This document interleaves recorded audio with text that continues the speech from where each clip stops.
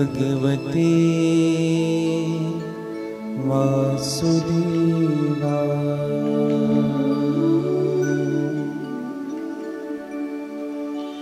स्वस्ति श्री गणेशाय नमः। स्वस्ति श्री सरस्वत्यै नमः। श्री पुराण पुरुषोत्तमाय नमः। सद्गुरुदेव चरण कमलेभ्यो नमः।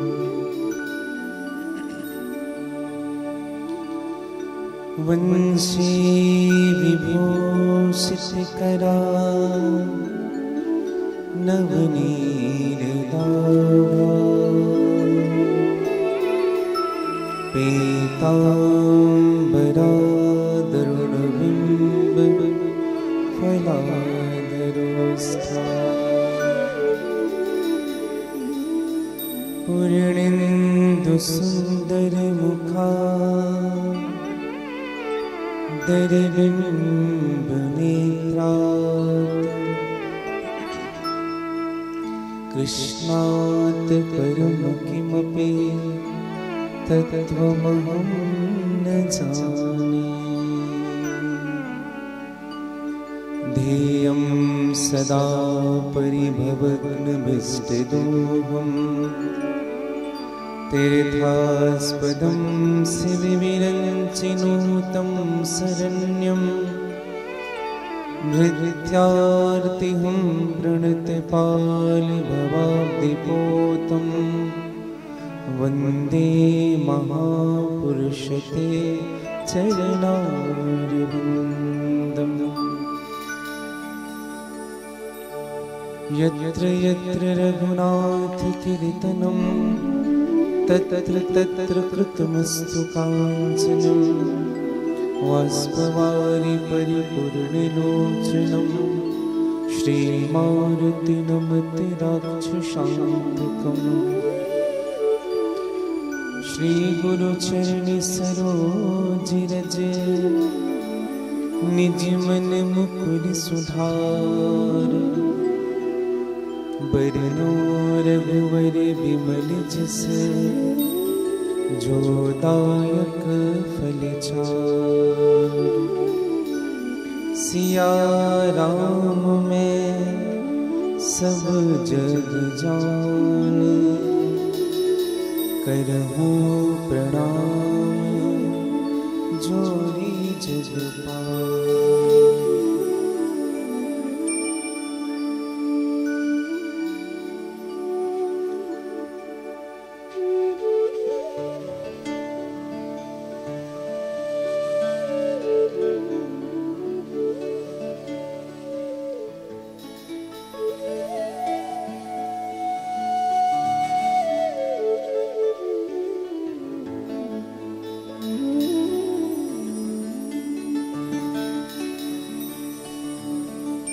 जय जय श्री राधा रमण।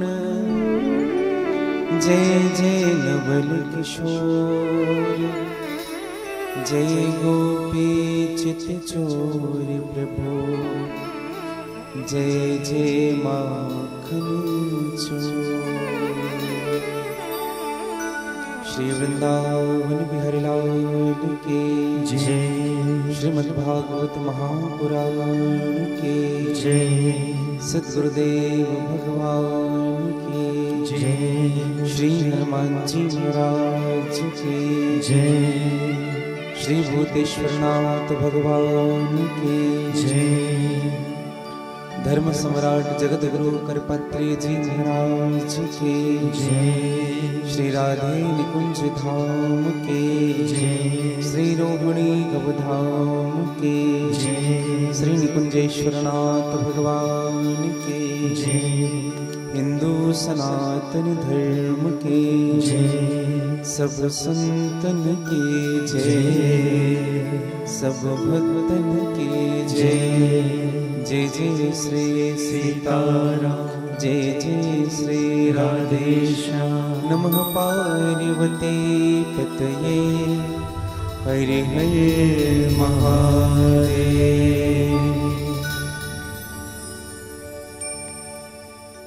भगवान अकारण करुणा वृणालय भक्त कल्पवांछा तरु भगवान गोपिका वल्लभ ब्रजेंद्र नंदन राज राजेश्वर राजाधिराज योगी राज अनंत अजन्मा सर्वव्यापक मेरे परम आराध्य श्री राधा वल्लभ सरकार श्री कुंजेश्वर नाथ की सिम कृपा, जिनकी गोद में यह धरा स्थित है, विश्व के सबसे अधिक विशालतम प्रत्यक्ष स्वयंभू भगवान श्री भूतेश्वर नाथ जी के चरणों पर वंदन। बाबा जी की असीम कृपा, श्री हनुमान जी महाराज और परम पूज्य सद्गुरुदेव भगवान के सहज कृपा के फलस्वरूप छत्तीसगढ़ की पवित्र भूमि गरियाबंद नगर का प्राण स्वरूप गांधी मैदान में सिन्हा परिवार के द्वारा हो रहे यह विशालतम आयोजन में श्रीमद् भागवत कथा में मेरे व्यासपीठ आप सबका स्वागत करती है। इस कार्यक्रम के मुख्य आयोजक आदरणीय श्री सोहनलाल सिन्हा जी, आपकी सहचारिणी, साथ में आपके सभी बंधु बांधवगण, परिवारजन, भक्तिमय वात्सल्यमय करुणामय मेरी माताएं, मेरी बहनें, मेरे भाईजन, आसपास क्षेत्र से पधारे हुए भगवान के सभी अनुग्रह विग्रह स्वरूप सभी संतवृंद, सभी विप्रजन, सभी वैष्णवजन, विद्वान आचार्यगण, विद्वान संगीतज्ञगण और निकुंजपति चैनल के माध्यम से जितने भी श्रोता श्रीमद् भागवत कथा अवगाहन लाभ प्राप्त करने के लिए यहाँ आए हुए हैं, आप सबों को मैं व्यासपीठ से साधुवाद ज्ञापित करता हूँ और आप सबके हृदय में जो भगवान के चरणों के प्रति प्रेम है उनको मैं वंदन करता हूँ, प्रणाम करता हूँ। आइए भगवान की कथा में प्रवेश करें। इनके पूर्व मन, वाणी और कर्म की शुद्धि के लिए भगवान के नामों का आश्रय लें। पश्चात जैसे मेरे गोविंद की इच्छा होगी, श्री हनुमान जी महाराज की इच्छा होगी, सद्गुरुदेव जी की कृपा होगी, भगवान भूतेश्वर नाथ की अनुकंपा होगी, आज की कथा में हम प्रवेश करेंगे। एक बार सभी कह लीजिएगा, थोड़ा जोर से कह लीजिएगा, थोड़ा और जोर से कह लीजिएगा। और मेरी प्रार्थना यह भी रहेगी, जो मुझे सुन पा रहे हैं, जहां तक आवाज पहुंच पा रही है, आप सभी अतिशीघ्र आएंगे क्योंकि भगवान की कथा प्रारंभ हो रही है। आज भगवान का जन्म उत्सव है, आप सभी अवश्य पधारें। एक बार फिर कह लीजिएगा और बड़े भाव से। मेरे बाके बिहारी गिरधारी हो प्यार तुम्हारे चरणों में,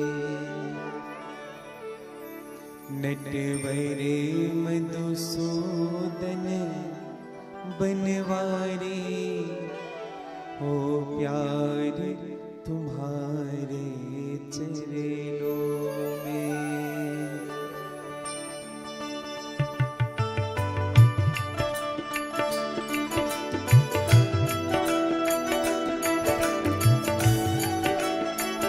सभी गा लीजिएगा बड़े भाव से।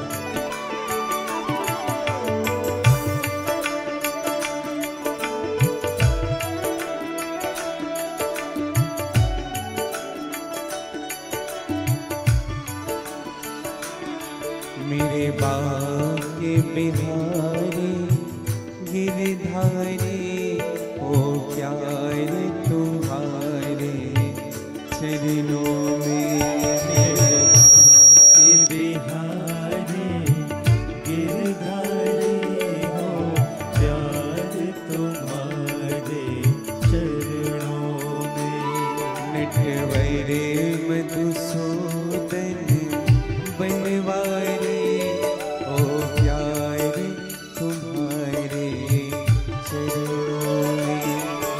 नटवर मधुसूदन बनवारी हो प्यार तुम्हारे चरणों में, हो प्यार तुम्हारे चरणों में, परिवार तुम्हारे चरणों में, हो प्यार तुम्हारे चरणों में, परिवार तुम्हारे चरणों में, हो प्यार तुम्हारे चरणों में, संसार तुम्हारे चरणों में, हो प्यार तुम्हारे चरणों में, संसार तुम्हारे चरणों में,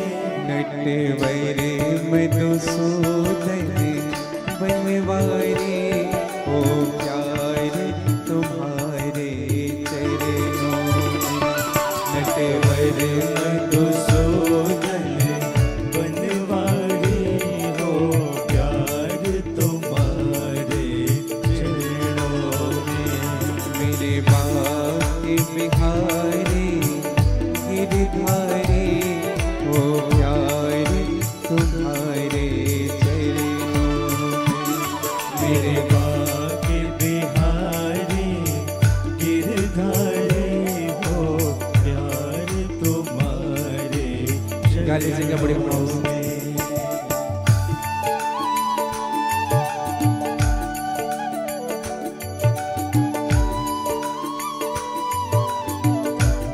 जय हो।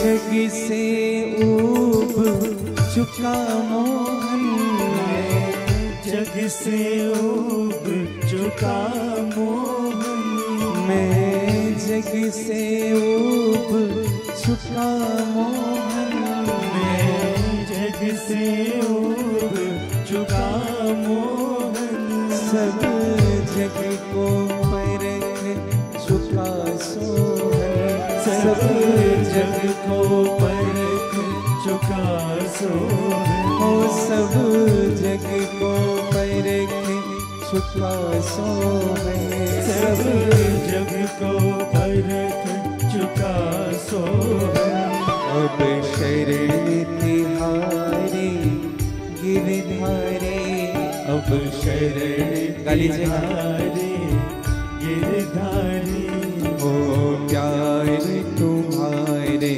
चरणों, अब शरण तिहारी गिरधारी हो प्यार तुम्हारे चरणों में, हो मेरे बाके बिहारी गिरधारी हो प्यार तुम्हारे चरणों में, मेरे बाके बिहारी गिरधारी हो प्यार तुम्हारे गाली जी का दोनों हाथ बसाइए।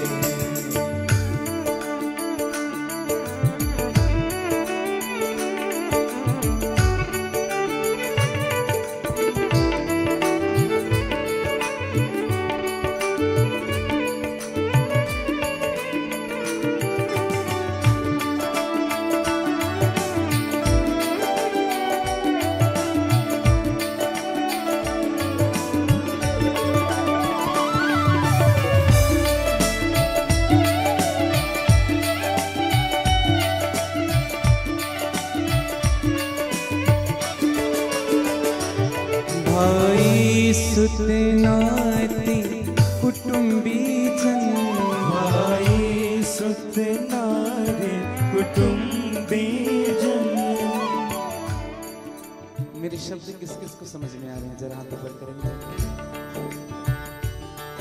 पीछे वालों को नहीं आ रहे हैं? शब्द समझ में आ रहे हैं? आ रहे हैं?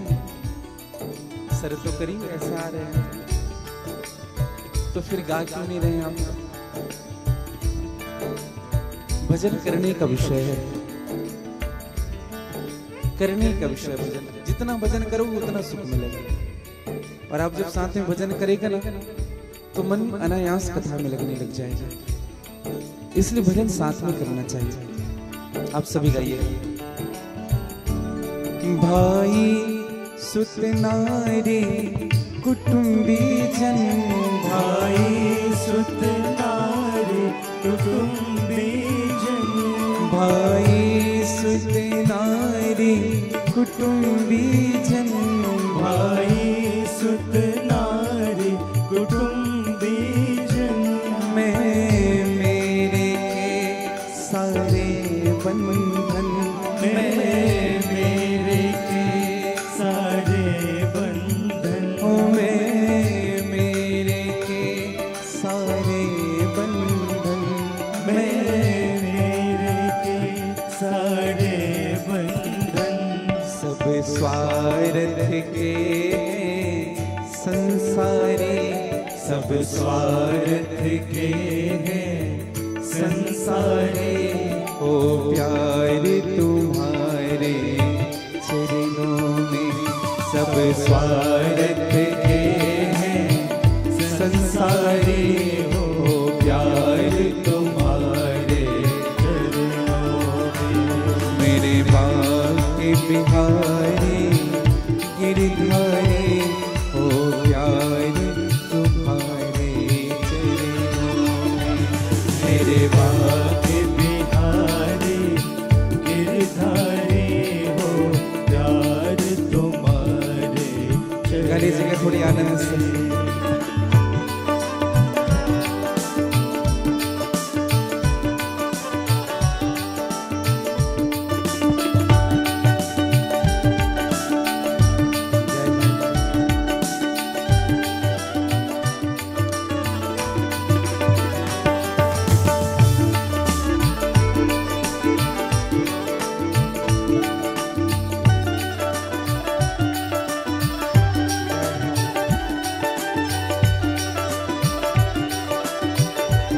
कह लीजिए श्री राधे, श्री राधे,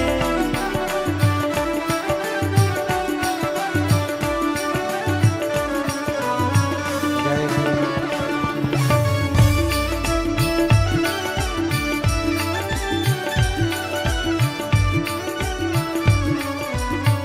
गा लीजिएगा। मैं सुख में रहूं या दुख में रहूं, मैं सुख में रहूं या दुख में रहूं, मैं सुख में रहूं या दुख में रहूं, मैं सुख में रहूं या दुख में रहूं, कांटों में रहूं फूलों में रहूं, कांटों में रहूं फूलों में रहूं, कांटों में रहूं फूलों में रहूं, कांटों में रहूं फूलों में रहूं, वन में घर में मैं जहाँ भी रहूं, वन में घर में मैं जहाँ भी रहूं, ओ प्यार तुम्हारे चरणों में, वन में घर में मैं जहाँ भी रहूं, प्यार तुम्हारे चरणों में, मेरे बाके बिहारी गिरधारी, ओ प्यार तुम्हारे चरणों में, मेरे बाके बिहारी गिरधारी, हो प्यार तुम्हारे चरणों में, ओ प्यार तुम्हारे चरणों में, परिवार तुम्हारे चरणों में, हो प्यार तुम्हारे गाली के सभी चरणों परिवार में,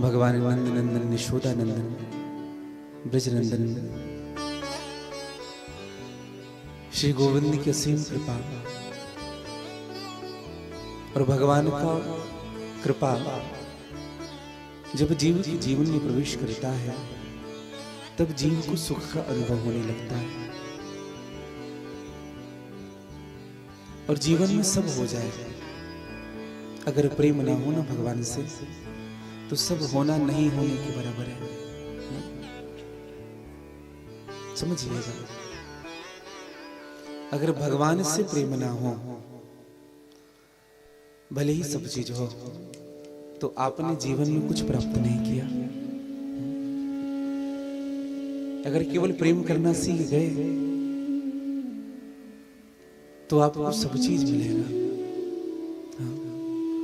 कहाँ हो भगति पत कौन प्रयासा जोग न जप तप मख उपवासा संस्कृति मूल अविद्या नाशा। अगर आपने प्रेम किया है तो ना योग करने की जरूरत है, ना जप करने की जरूरत है, ना तप करने की जरूरत है। कोई वस्तु की आवश्यकता नहीं पड़ेगी आपको। गुरु नानक जी भी कहते हैं जिन प्रेम किया तिन पाइया। जिन्होंने प्रेम किया है उन्होंने ही भगवान को प्राप्त किया है। और भगवान को प्राप्त करने का सबसे सरल अगर कोई साधन है तो वह है प्रेम।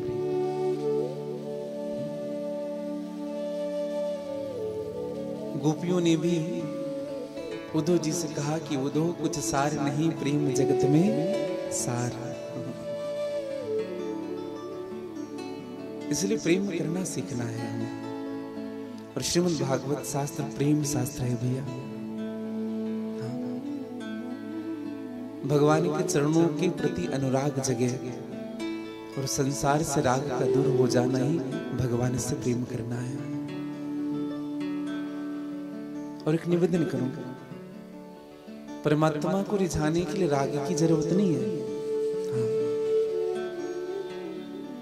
जीवन में हम भगवान को रिझाएंगे तो राग के माध्यम से नहीं रिझा सकते। हाँ, तो भगवान रिझेंगे कैसे? अनुराग के माध्यम से। मेरी प्रार्थना सबसे होती है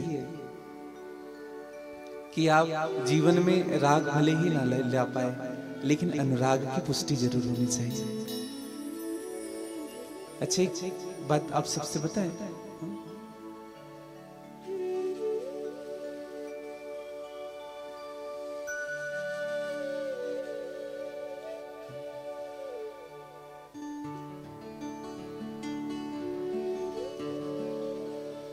आ जाइए, धीरे धीरे सब सामने आ जाइए।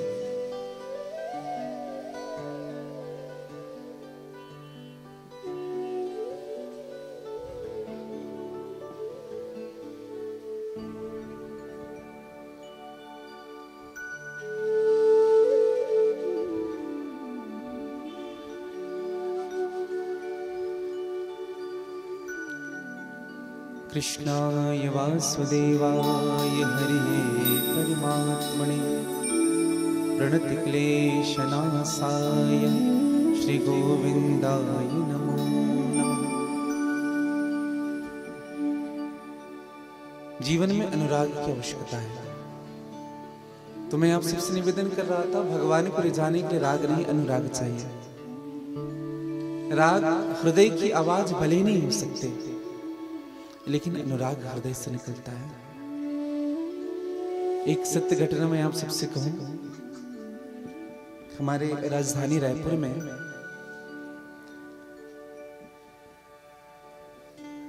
परम श्रद्धेय बंसी की जिनको जादूगर कहते हैं परम आदरणीय श्री हरि प्रसाद चौरसिया जी का आगमन हुआ था। और वो जब बंसी बजाने लगे तो एक बहन जो 14 वर्ष की थी वो बंसी की धुन में नाचने लगी थी। ये सत्य घटना है। ये बात हमको हमारे छत्तीसगढ़ के बहुत अच्छे बंसी बजाने वाले एक भैया ने हमको बताया था। तो वो बेटी नाचने लगे। जब बंसी बजता था तो बेटी नाचती थी। तो जब कार्यक्रम विश्राम हुआ तो परम श्रद्धेय श्री हरिप्रसाद चौरसिया जी, श्री पंडित जी ने उस बेटी को थोड़े बगल में बुलाया और उनको सबसे पहले कहा कि बेटी, मुझे ऐसा लगता है कि तुम्हारे अंदर भगवान श्री ठाकुर जी विद्यमान है। मुझे ऐसा आपको देख करके लगता है। क्या जानती हो राग के बारे में? कितना समझ है संगीत का? उस बेटे ने हाथ जोड़ करके कहा कि महाराज जी, आप तो श्रेष्ठ हैं, मैं राग के बारे में कुछ भी नहीं जानती। मुझे तो सरगम का सा नहीं आता। हरिप्रसाद चौरसिया जी ने बड़ी सुंदर बात कही। इसलिए आप नाच रहे थे। राग के विषय में अधिक जानकारी नहीं है, इसलिए आप नाच रहे थे। अगर राग के विषय में अधिक जानकारी होती तो हम तर्क और कुतर्क करने लग जाते। कहने का आशय क्या है? जीवन में राग की आवश्यकता नहीं, भगवान को रिझाने के लिए अनुराग की आवश्यकता है। और जब अनुराग प्रवेश करेगा ना हृदय में, तो भगवान खुद बहुत प्रवेश कर जाएंगे, प्रेम प्रवेश करेगा। सुखदेव जी महाराज ने कहा कि परीक्षित, भगवान के चरणों के प्रति प्रेम हो, और भगवान जिस भगत से प्रेम करते हैं उनको अपना परम पद देते हैं। ध्रुव जी से प्रेम किया, अपना परम पद दिया। प्रहलाद से प्रेम किया, अपना परम पद दिया। प्रहलाद के चरित्र को अगर हम थोड़ी सी दृष्टि डालें तो प्रहलाद कौन है? प्रहलाद विश्वास के प्रतीक हैं, जिन्होंने खंबे से भगवान नरसिंह को प्रकट किया। अच्छी एक बात कहें आपको, भगवान आपके विश्वास में रहते हैं। भगवान किसी वस्तु में नहीं रहते। हाँ, न ऊपर है, न नीचे है, न दूर में है, न पास में है। अगर विश्वास है तो प्रभु पास में है। अगर विश्वास है आपके जीवन में तो भगवान आपके पास है। सूर अनेक फिरे कण मांगत पै पद सूर सुस्वाद कहाँ है। पुनिताल मंजीरा बजाती फिरी मीरा मतवाली सी चाल कहाँ है। सियाराम कथा कितनों ने लिखी पर तुलसी सरिसो मर्याद कहाँ है। नरसिंह बसे प्रतिखम्भन में पर कारण को प्रहलाद कहाँ है। और जिसने रत हाका है पारस का, वह त्यागमयी अनुरक्ति कहाँ है। कौन करेगा ऐसा? जिसने रत हाका है पारस का, वह त्यागमयी अनुरक्ति कहाँ है। कर दे प्राण न्यौछावर जो, वह पावन प्रेम सी शक्ति कहाँ है। किसमें प्रहलाद सी दृढ़ता है और ध्रुव सी ध्रुवता सी शक्ति कहाँ है। भगवान खड़े हैं मिलने को, पर भक्तों के भीतर भक्ति कहाँ है। भगवान तो कहते मैं तुम्हारा बनना चाहता हूं, लेकिन तुम मुझे अपना बना ही नहीं पा रहे हो। तुम्हारा मैं बनने को तैयार हरदम, पर अफसोस तुझको बनाना ना आया। हूँ तैयार बैकुंठ से आने को मैं, पर अफसोस तुझको बुलाना ना आया। बंधा मैं प्रेम के तार में हूँ, मैं हर सय में हूँ, सारे संसार में हूँ। इशारों पर मैं नाचता फिरता तेरे, पर अफसोस तुझको नचाना ना आया। तू वैसा क्यों नहीं बन पा रहा है? क्यों नरसिंह मेहता जैसे तुम्हारे हृदय में मेरे प्रति प्रेम नहीं जगा? क्यों मीरा जैसे नहीं बन पा रहे हो? क्यों सूर्य जैसी आर्त भाव नहीं हृदय में आ पा रही हो? क्यों हम भगवान के अकॉर्डिंग नहीं बन पा रहे? हम केवल संसार के लिए बन रहे हैं भैया, समझिएगा। हमें संसार अच्छा कहे, बढ़िया कहे। हाँ, कभी ना अपने कर्मों को भगवान के लिए करके देखिएगा। सत्य कहता हूं, आपका कर्म शुद्ध हो जाएगा, आपके मन शुद्ध हो जाएंगे, आपकी क्रिया शुद्ध हो जाएगी। और प्रहलाद जी महाराज के पिता थे हिरण्याकश्यप, जिनको नरसिंह भगवान ने समाप्त किया। प्रहलाद जी रोने लगे।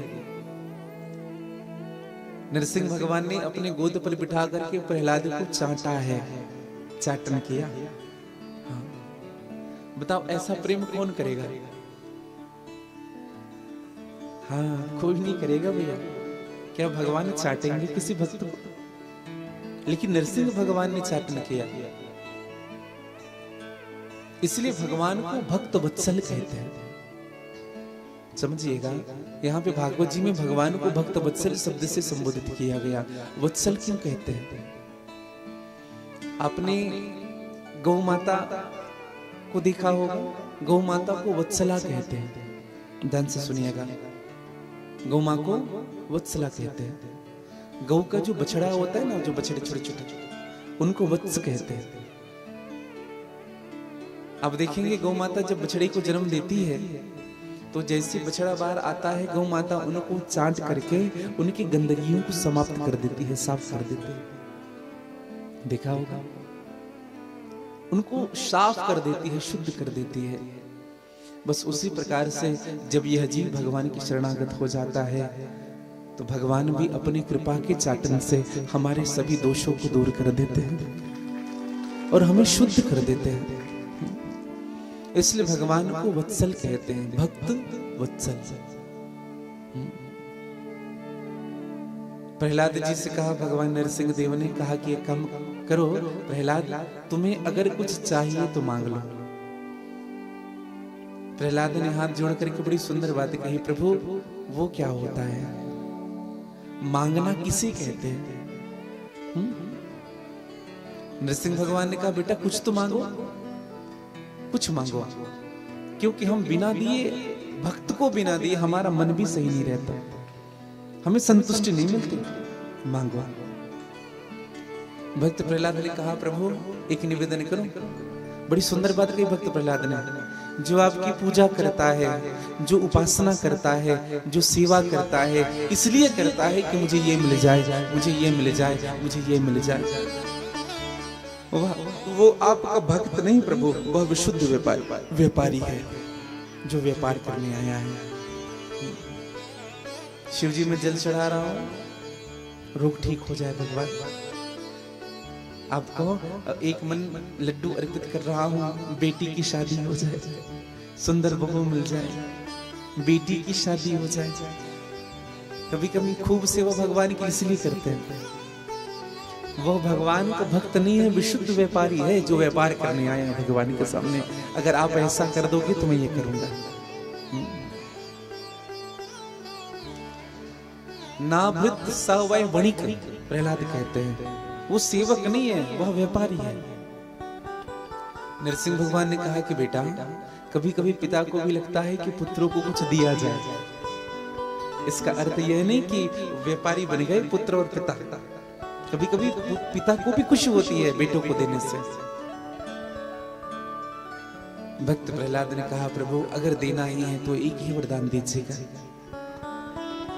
सबसे पहली बात कहा, अब कुछ नहीं चाहिए।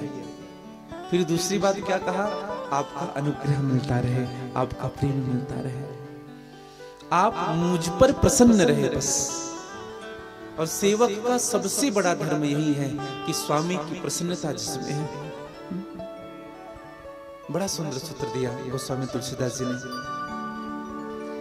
अब कछु नाथ ना चाहिए मोरे, अब कछु नाथ ना चाहिए मोरे, अब कछु नाथ ना चाहिए मोरे, अब कछु नाथ ना चाहिए मोरे, दीन दयाल अनुग्रह तोरे, दीन दयाल अनुग्रह तोरे, दीन दयाल अनुग्रह तोरे, दीन दयाल अनुग्रह तोरे, सीताराम चरण रति मोरे,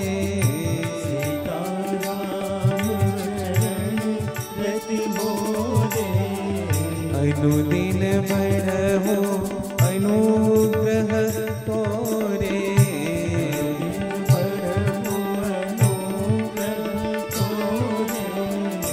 अनुदिन बढ़ो अनुग्रह तोरे, अनुदिन बढ़ो अनुग्रह तोरे, अनुदिन बढ़ो अनुदिन बढ़ो अनुदिन बढ़ो अनुग्रह तोरे। अनुदिन बढ़ा। क्या कहा? अब कछुनाथ ना चाहिए मोरे, प्रभु मुझे कुछ नहीं चाहिए। भगवान ने आपको कुछ तो चाहिए, कहा कि हाँ क्या चाहिए? सीताराम चरण रति मोरे, आपके चरणों में मेरा प्रेम जगे। और प्रेम कैसा हो? अनुदिन बढ़ा हो अनुग्रह तोरे। आपके चरणों में प्रेम कैसा हो? बोले अनुदिन बढ़ने वाला हो, दिन ब दिन बढ़ने वाला हो। ऐसा अनुग्रह नहीं होना चाहिए जो दिन ब दिन घट रहा हो। कभी कभी होता है ना ऐसा, घर में ठाकुर जी को पधराएंगे तो जब पधराएंगे तो बढ़िया नया कपड़ा बिछाएंगे, फिर नया आसन लगाएंगे, फिर ठाकुर जी को पधराएंगे, फिर उनको स्नान कराएंगे, तिलक लगाएंगे, नया कपड़ा पहनाएंगे और बढ़िया घर में पूड़ी बनाएंगे, हलवा बनाएंगे, भगवान के सामने रखेंगे। कितने दिन करेंगे पता है? 1 दिन, 2 दिन, 3 दिन, 4 दिन, महीने भर। और जैसे 1 महीना समाप्त होगा तो फिर भगवान को स्नान तो कराएंगे, लेकिन वही वस्त्र पहनाएंगे। और उनके बाद अब पूरी हलवा नहीं तो मिश्री धर देंगे सामने। हाँ प्रभु अब इसी को स्वीकार करो। और फिर 2-4 दिन जैसे होते जाएगा ना, फिर हम भगवान को भी स्नान नहीं, बस ऐसे दूर से जल छिड़केंगे बस। दिनों दिन हमारा भाव घटता जाता है, बढ़ नहीं रहा है। शुरू में जब दीक्षा लेंगे तो बढ़िया गुरु मंत्र करेंगे बैठ करके, गुरुदेव जी ने कहा है। अच्छा, शुरू में गुरुदेव जी का स्टेटस रखेंगे, डीपी रखेंगे। 1 महीने हुआ, 2 साल हुआ, 4 साल हुआ, फिर भगवान का आएगा, उसके बाद फिर परिवार का आएगा, फिर खुद का आएगा। ये सावन भादो मास जैसी भक्ति होती है हमारी। किसी व्यक्ति ने प्रभाव अधिक छोड़ दिया तो उन्हीं का गुणगान करना शुरू करेंगे। ऐसा ही होता है। हम प्रभाव में रहना सीख गए हैं। हम किसी के प्रभाव में पड़ते हैं, हम उनके प्रभाव में रहते हैं। लेकिन निवेदन करूं, प्रभाव तो खत्म हो सकता है, समाप्त हो सकता है, लेकिन किसी व्यक्ति का स्वभाव कभी समाप्त नहीं हो सकता। इसलिए ना किसी के अभाव में जीना चाहिए, ना किसी के प्रभाव में जीना चाहिए, अपने स्वभाव में जीना चाहिए। स्वभाव, और स्वभाव किसे कहते हैं?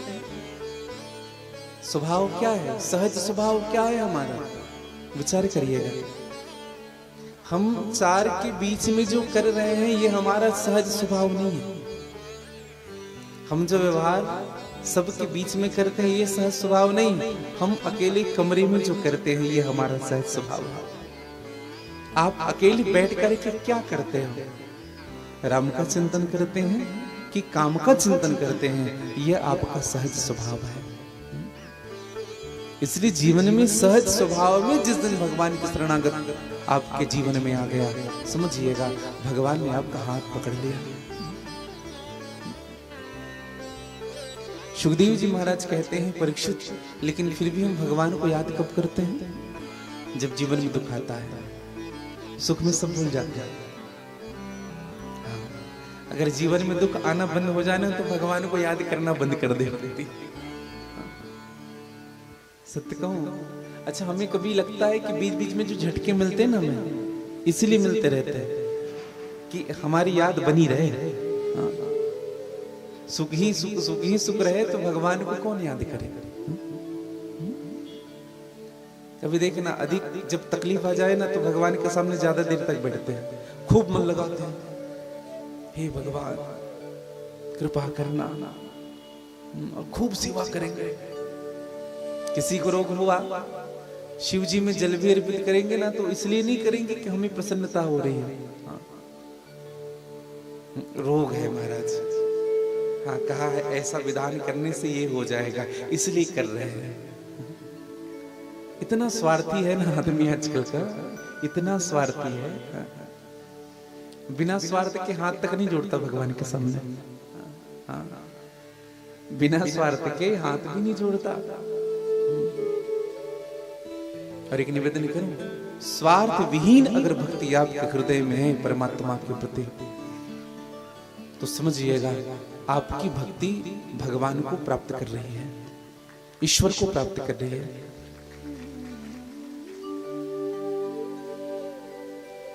सुखदेव जी महाराज ने कहा कि परीक्षित, एक हाथी हुआ जिनका नाम हुआ गजेंद्र, जिनके 50 पत्नियां थे, 150 पुत्र और पुत्रियां थे। बड़ी प्रसिद्ध कथा है गजेंद्र मोक्ष की कथा।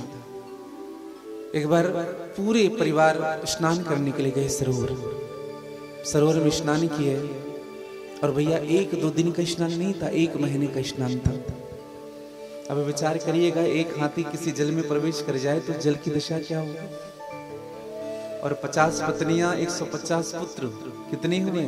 200, और एक खुद गजेंद्र। अब बताइए, जब किसी सरोवर में प्रवेश करे तो सरोवर मैला होगा कि नहीं? सरोवर मैला होगा। और सरोवर जल में रहने वाले जो जीव हैं, अगर किसी के घर में जाकर के हम गंदगी करेंगे तो कौन स्वीकार करेगा हमें? कुछ बातों का हमको ध्यान रखना चाहिए।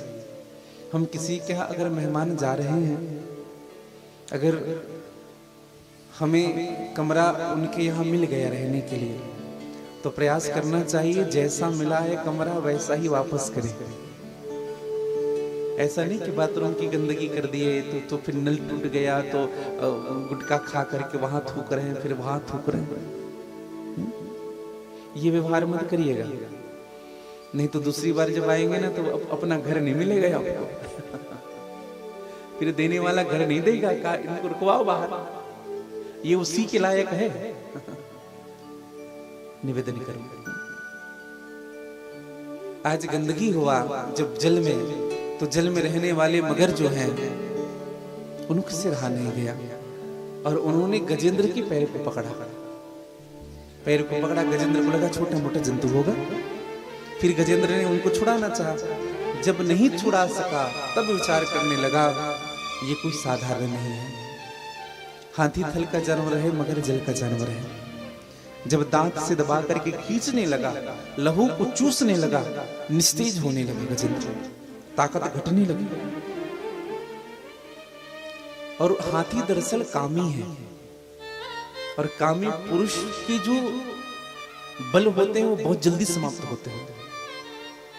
आप देखेंगे शेर से बड़ा हाथी होता है, लेकिन शेर जंगल का राजा रहता है, हाथी नहीं होता, क्योंकि हाथी के जीवन में काम वासनाएं होती हैं। आप देखेंगे हाथी पकड़ने वाले जो होते हैं, एक गड्ढा खोद देते हैं, ऊपर लकड़ी डाल देते हैं और मिट्टी की हथनी बना करके रखते हैं।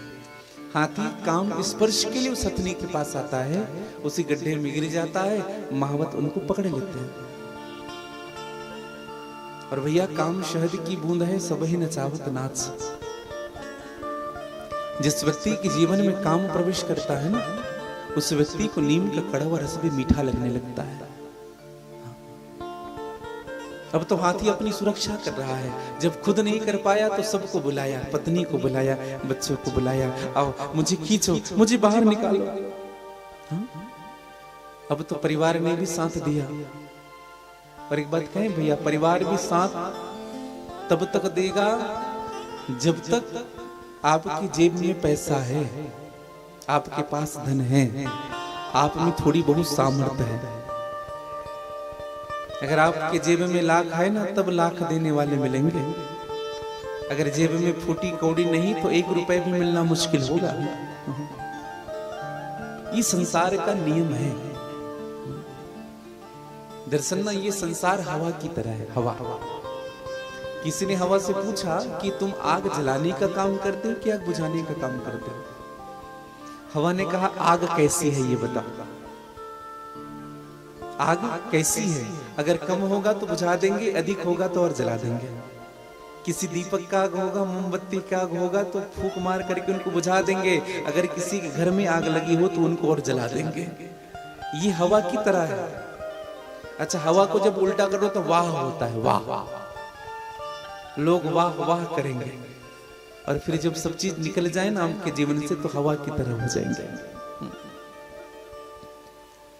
सबने साथ दिया, उन्होंने भी खींचा, परिवार भी खींचते रहे, खींचते खींचते किनारे में लाते थे, फिर खींचते हुए मगर ले जाता था, फिर खींचते किनारे लाते थे, फिर ले जाता था, यही क्रम चलता रहा। अंत में परिवार वालों ने भी विचार किया, पत्नी ने भी विचार किया, पुत्रों ने भी विचार किया, ये मर रहा है, हम इनके पीछे लगे हुए हैं, हमें और कोई काम धंधा नहीं, छोड़ो इनको यहाँ, चलो यहाँ से। परिवार वाले ने छोड़ दिया। अब तो हाथी केवल अकेला है।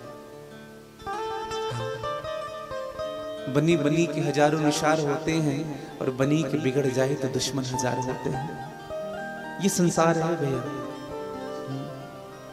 बीमारी आ जाएगी ना तो खूब ट्रीटमेंट कराएंगे आप, यहाँ दिखाएंगे वहां दिखाएंगे, रायपुर एम्स में ले जाएंगे, रामकृष्ण में ले जाएंगे, खूब ट्रीटमेंट कराएंगे। और जब डॉक्टर कह देगा ना अब कुछ नहीं हो सकता, तो फिर घर के कोने में खाट डाल देंगे, पड़े रहो, और भगवान से कहेंगे बार बार, प्रभु इन्हीं की जल्दी सुन लो, ले जाओ इनको जल्दी। यही संसार है। कोई साथ नहीं देता जीवन में, याद रखिएगा। सब आपके धन के कारण आपसे जुड़े हैं, आपके पद के कारण जुड़े हैं। हाँ, अगर धन आपसे दूर हो जाए, पद आपसे दूर हो जाए, तो आपको कोई नहीं पूछेगा। कुछ काम नहीं करोगे ना तो माता पिता भी आपको नहीं पूछेंगे। हाँ, घर में निठल्ले कहलाएगा व्यक्ति। व्यक्ति आपके धन से जुड़ता है, आपसे नहीं जुड़ता है। अब तो हाथी रोने लगा। एक बात मैं अक्सर कहता हूं, एक हमारे क्षेत्र में एक साहू जी थे जो बीएसपी में काम करते थे। सत्य घटना मैं आपको बता रहा हूं। जब उनका रिटायरमेंट हुआ तो भगवान की कृपा से 1 करोड़ रुपए मिला उनको। 4 लड़के थे उनके, चारों को बांट दिया गया 25-25 लाख। अब आप सबको पता है बीएसपी में पेंशन की भी प्रक्रिया नहीं होती, बहुत कम पैसे मिलते हैं बीएसपी में। अब क्या हुआ, अब उस व्यक्ति की दशा ऐसी हो गई, पैसे तो सबको बांट दिया, अब कोई पूछने वाला नहीं। बड़ी बहू कहती थी, कहा पिताजी आप घर में बैठ करके खांसते रहते हो, बाहर बैठा करो, बच्चों को बीमारी लग जाएगी। पिताजी आप दिन भर यहीं रहते हो, बाहर जाते हो और कोई काम धाम नहीं है तुम्हारा? बताइए, उतना बड़ा घर है, 1.5 फीट का जगह नहीं उनके बैठने के लिए। एक दिन रो रहा था, उनके मित्र ने पूछा क्या हुआ? कहा क्या बताएं भैया, जब से रिटायरमेंट हुआ है, जब से पेंशन तब से टेंशन। जब से रिटायरमेंट हुआ हूं कोई पूछने वाला नहीं। भोजन भी बनता है ना तो सबसे ठंडा भोजन सबके खाने के बाद जब बच जाए वो मेरे सामने डाल देते हैं, जैसे किसी कुत्ते के सामने डाल देते हैं। कोई ख्याल नहीं मेरा। अब मुझे लगता है भैया मैं ज्यादा दिन नहीं जीऊंगा। बहुत सौभाग्यशाली होते हैं उन लोग जो रिटायरमेंट के बाद भी अधिक दिन तक से जीते हैं, और इनके पीछे इनके परिवार का सबसे महत्वपूर्ण योगदान होता है, उनकी बहू का, उनके बेटे का। जरूर समझिएगा, जिस व्यक्ति ने हमारे लिए जीवन भर कमाया, जिस व्यक्ति ने हमें सब कुछ दिया, क्या उनके अंतिम क्षण में हम उनका साथ नहीं दे सकते? और विचार करिए, माँ बाप क्या चाहते हैं बच्चे से?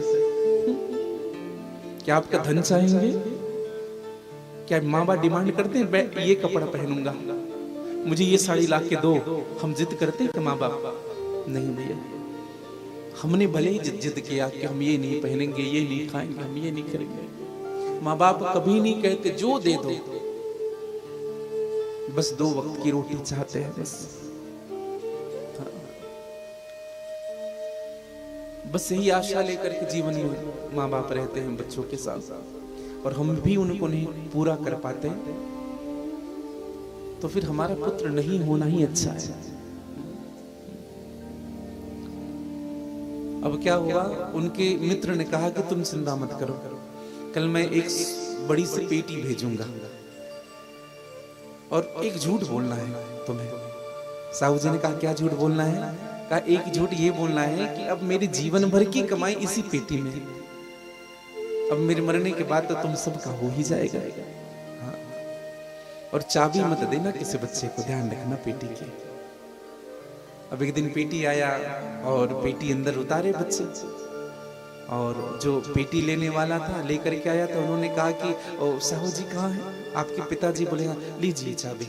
उनको दे दिए, उन्होंने अपने कमर के रेशम में चाबी बांध ली। बच्चों ने पूछा पिताजी क्या था इसमें, क्या है इसमें? कहा बेटा अब तो जीवन भर की कमाई इसी में, जो मैंने नौकरी की थी वो तो सब बांट दिया, अब इधर उधर का जो प्लॉट था सब जीवन भर की कमाई, कहाँ कहाँ इधर जाओगे, मेरे मरने के बाद तुम्हारा ही होगा। सबने सुना और पूरे परिवार, चारों बच्चे अपनी अपनी पत्नी को लेकर के अपने अपने कमरे में गए और बढ़िया मीटिंग हुई।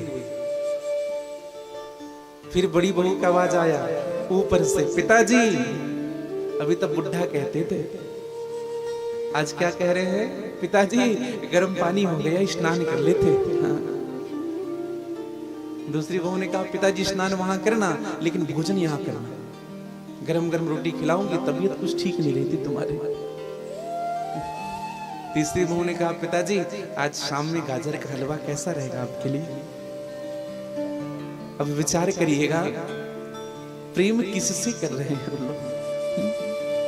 और एक बात बताएं आपको, 4-5 साल जीने वाला जो बुजुर्ग था 15 साल जी गया, उसके गाल वाल भी बढ़िया फूल गए थे, बढ़िया चकाचक भोजन मिलता था, खूब खाता था, बच्चे भी पैर दबाते थे, खूब मालिश होता था, खूब आनंद से रहा 15 साल।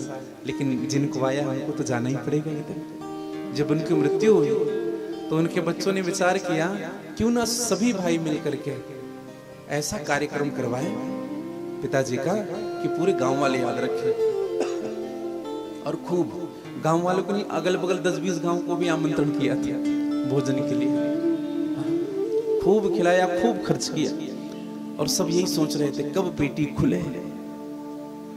जैसे दसगात्र हुआ, दूसरे दिन आंगन पर उस पेटी को रखी गई, पूरे परिवार को बुलाया, बहनों को भी बुलाया, तुम लोग भी शिकायत मत करना, आओ। अब बहनें भी आए भैया, और जब पेटी खुला तो जैसे पेटी खोले, लाल कपड़े में लिपटा हुआ है, जैसे हाथ डाल करके बाहर निकाले, बड़ा सा ईंट बाहर आया,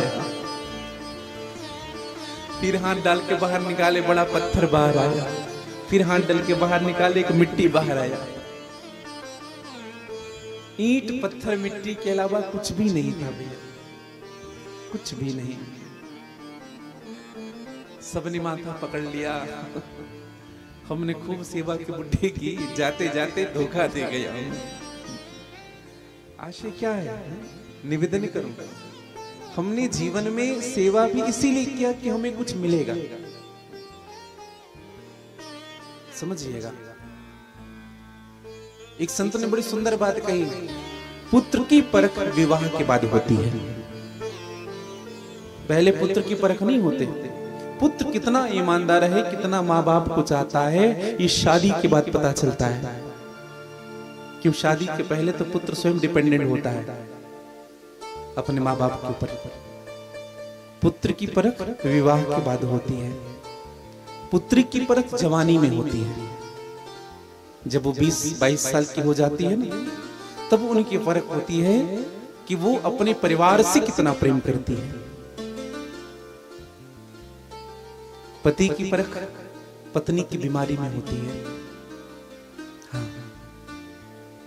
पति कितना प्रेम करता है पत्नी से, पत्नी को कोई बीमारी हो गया हो, तब पति की परख होती है कि वो क्या कर सकते हैं। और भैया पत्नी की परख पति की गरीबी में होती है, समझिएगा। कैसी पत्नी है। पति जब निर्धन है तो क्या व्यवहार है उनका अपने पति के प्रति। पति की गरीबी में पत्नी की परख होती है। मित्र की परख मुसीबत के समय होती है। मित्र कितना ईमानदार है, कितना आपको साथ दे रहा है, मुसीबत के समय पता चलेगा। धीरज धर्म मित्र और नारी, आपतकाल परखें उचारी। मित्र की परख मुसीबत के समय होती है। भाई की परख लड़ाई में होती है। अगर कोई किसी से लड़ रहा है, भाई अगर खड़ा हुआ है, भले ही वो भाई गलत ही क्यों ना हो, लेकिन अपने भाई के साथ अगर कोई खड़ा हो गया, ये भाई होता है, ये सच्चा प्रेम होता है भाई का।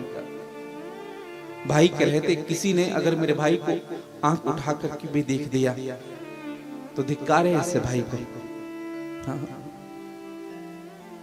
भाई की परख लड़ाई में होती है, बहन की परख जायदाद में होती है। हाँ। हिस्सा बंटवारा में बहन की परख होती है कि बहन अपने भाइयों से कितना प्रेम करता है। और औलाद की परख बुढ़ापे में होती है। अभी नहीं भैया, जब माँ बाप का हाथ पैर चलना बंद हो जाए ना, तब औलाद की परख होगी कि बेटा कैसा है। यही संसार है। अब तो हाथी विचार करने लगा, अब मेरा कोई नहीं है, अब तो केवल आपके शरण में हूं। हार गया हाथी दुनिया से। प्रार्थना करने लगे भगवान से, नहीं ठौरी ना ठिकाना, नहीं ठौरी ना ठिकाना, फिरते हैं मारे मारे, ले लो शरण कन्हैया, दुनिया से हम हैं हारे, ले लो शरण कन्हैया, दुनिया से हम हैं हारे, ले लो शरण कन्हैया, दुनिया से हम हैं हारे, ले लो शरण काली जी का समय पढ़ता हूँ। दुनिया से हम हैं हारे, नहीं ठौरी ना ठिकाना, नहीं ठौरी ना ठिकाना, नहीं ठौरी ना ठिकाना, नहीं ठौरी ना ठिकाना, फिरते हैं मारे मारे, ले लो शरण कन्हैया, दुनिया से हम हैं हारे, ले लो शरण कन्हैया, दुनिया से हम हैं हारे, ओ ले लो शरण कन्हैया, दुनिया से हम हैं हारे, ले लो शरण कन्हैया, काली जी का थोड़ी आनंद और मस्ती से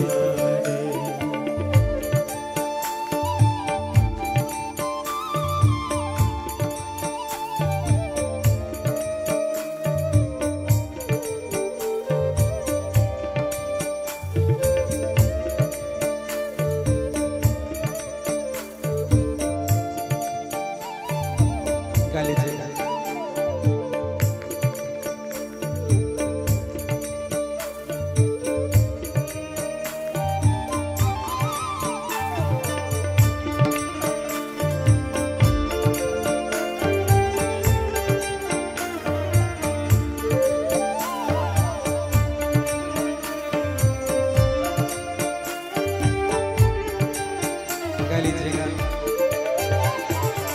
गुजरी है जिंदगानी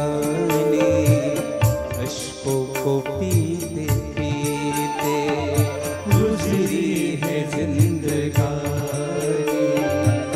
अश्कों को पीते पीते, बीती जो मुझ में कान्हा किसी और पे न बीते, बीती जो मुझ पे कान्हा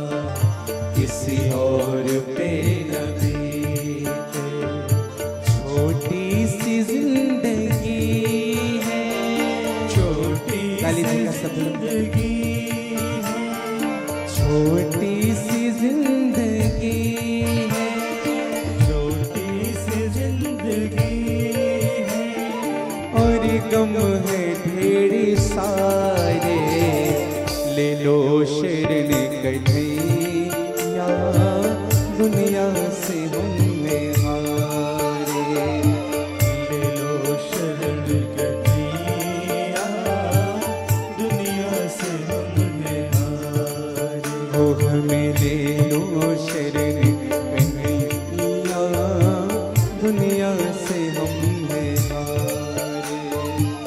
ले लो शरण कन्हैया, दुनिया सभी से गाली हमने पुकार लीजिए प्रभु को। जय हो।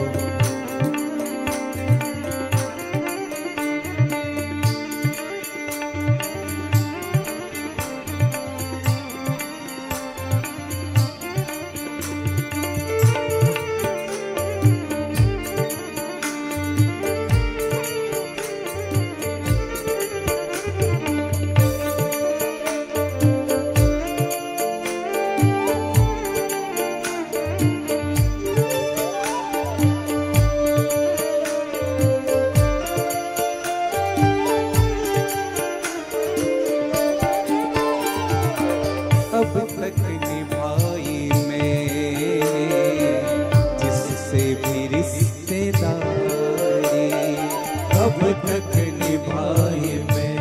गाली जी।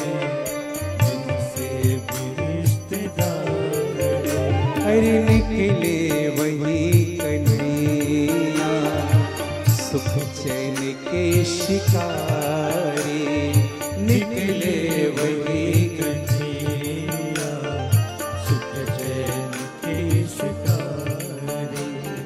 किस पे करे भरोसा, किस पे करे काली जी का समय में। भरोसा, किस पे करे भरोसा, किस पे करे भरोसा। देते हैं सब दगारे, ले लो शरण कन्हैया, दुनिया से हम हैं हारे। ले लो शरण कन्हैया, दुनिया से हमने हारे। ओ हमें ले लो शरण कन्हैया, दुनिया से हम हैं हारे। ले लो शरण कन्हैया, दुनिया से हम पुकार लीजिए प्रभु गजेंद्र की तरह।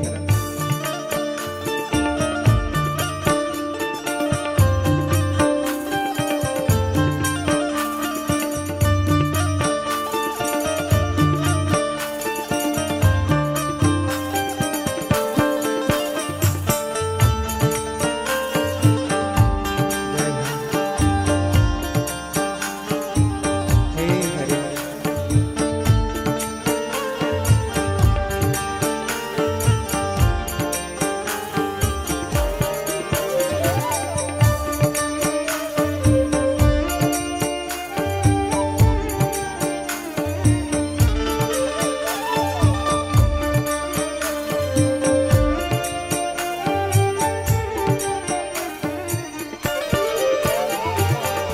माधव सुनाई कर दो मुझे आस एक तुम्हीं से, माधव सुनाई कर दो मुझे आस एक तुम्हीं से।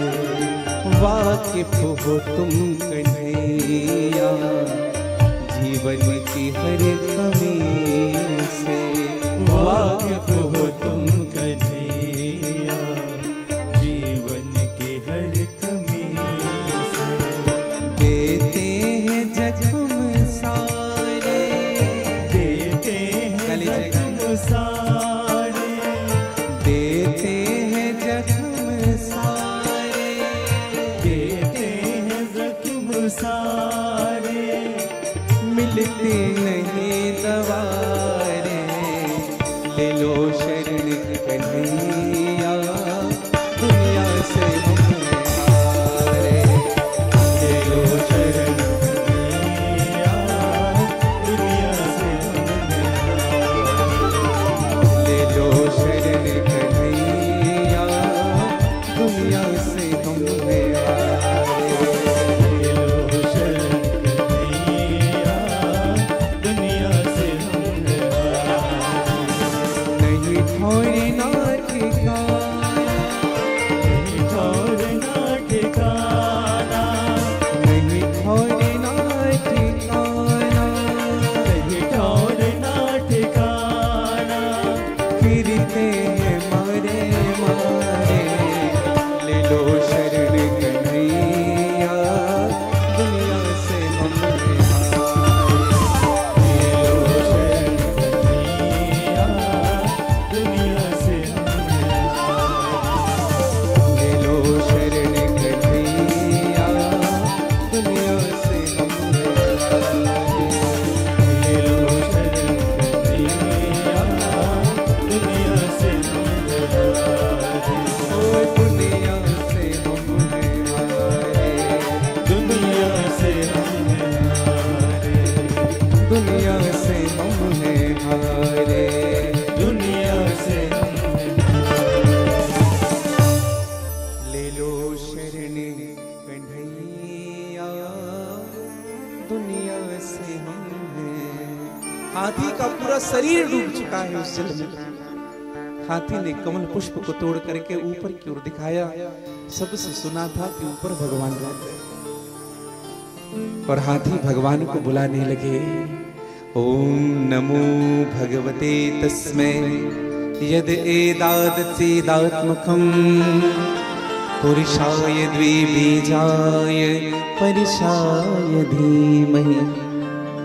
हाथी कहते हैं, मैं उस प्रभु को आमंत्रण करता हूं जो मेरे अंदर खेलने, खाने, सोने, हंसने सबकी शक्ति प्रदान करता है। जिनकी इच्छा से करोड़ों संसार की रचना हो जाती है, जिनकी प्रकाश से सूर्य और चंद्रमा में प्रकाशित है, 14 भुवन जिनकी केवल कृपा दृष्टि के आधार में जीवन जी रहा हो। और एक निवेदन करूं, किसी भगवान का नाम नहीं लिया था।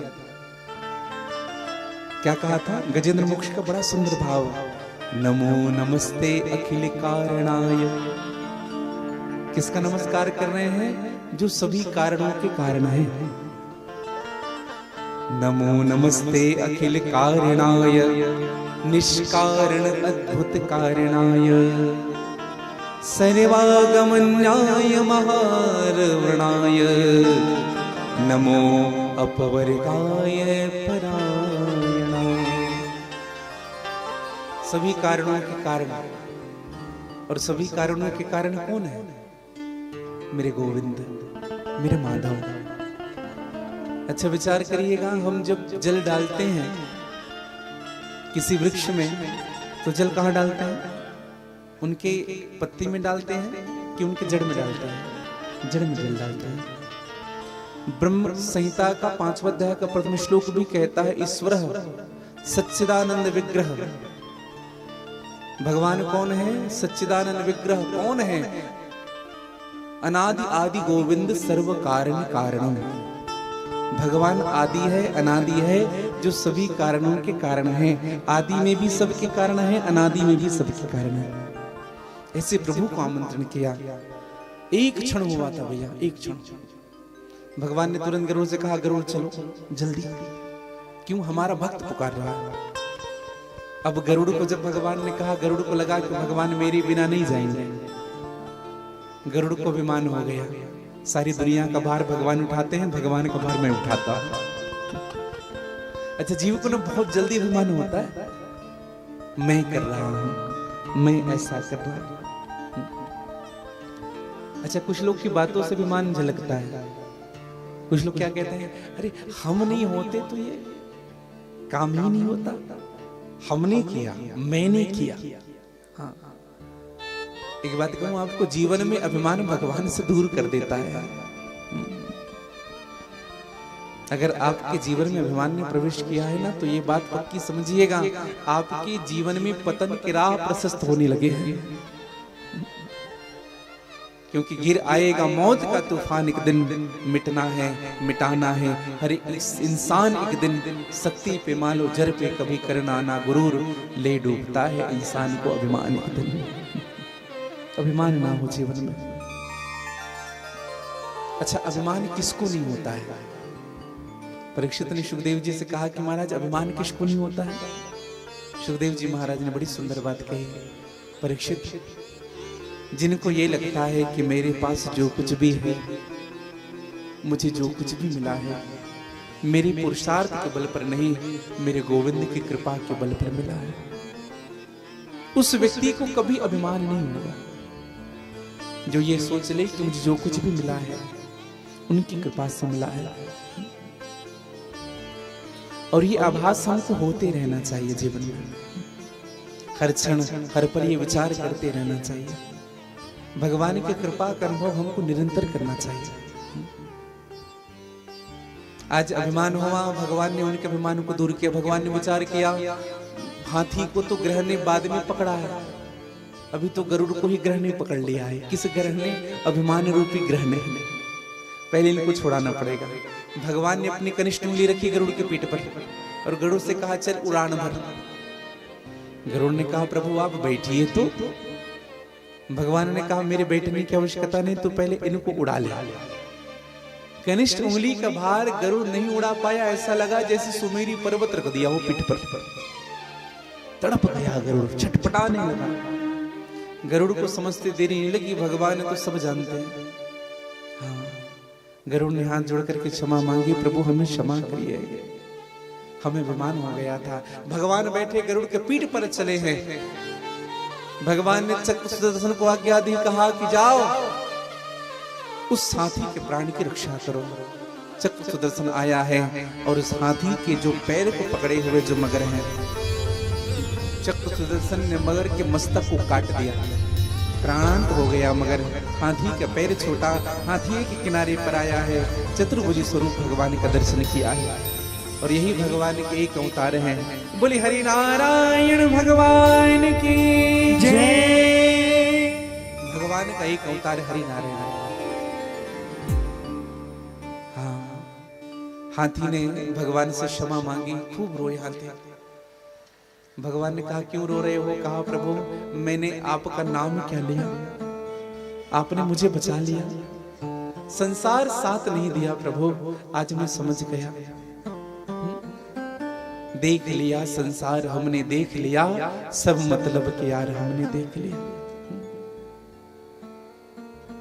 तन निरोग धन जेब में जब तक, मन से सेवा करेंगे तब तक, बनकर रिश्तेदार हमने देख लिया।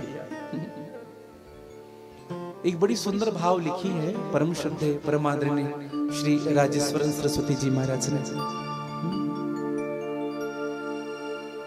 प्रतिभा का कोई मोल नहीं है, सफल सिद्ध अनमोल वही है। प्रतिभा का कोई मोल नहीं है, सफल और सिद्ध कौन है? जिनका प्रबल प्रचार हमने देख लिया, देख लिया संसार हमने देख लिया। जिस जिसका विश्वास किया है, अरे उसी ने हमें निराश किया है। और एक बड़ी सुंदर बात लिखी परम श्रद्धेय श्री राजेश्वरी सरस्वती जी ने। आप कभी उनके दर्शन किए होंगे, कभी मिले किस किस ने मिले, किस किस ने दर्शन किए महाराष्ट्र के? हाथ ऊपर करेंगे। सुना तो होगा, आप सबने सुना होगा उनको।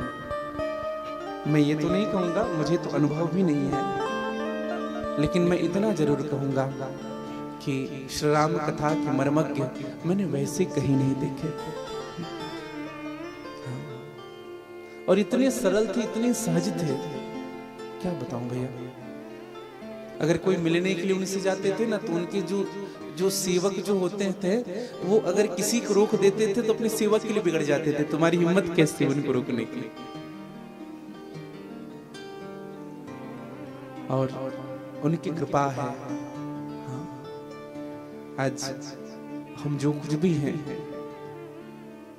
उनकी कृपा है।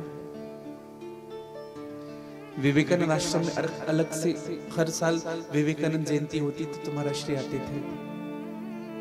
हाँ,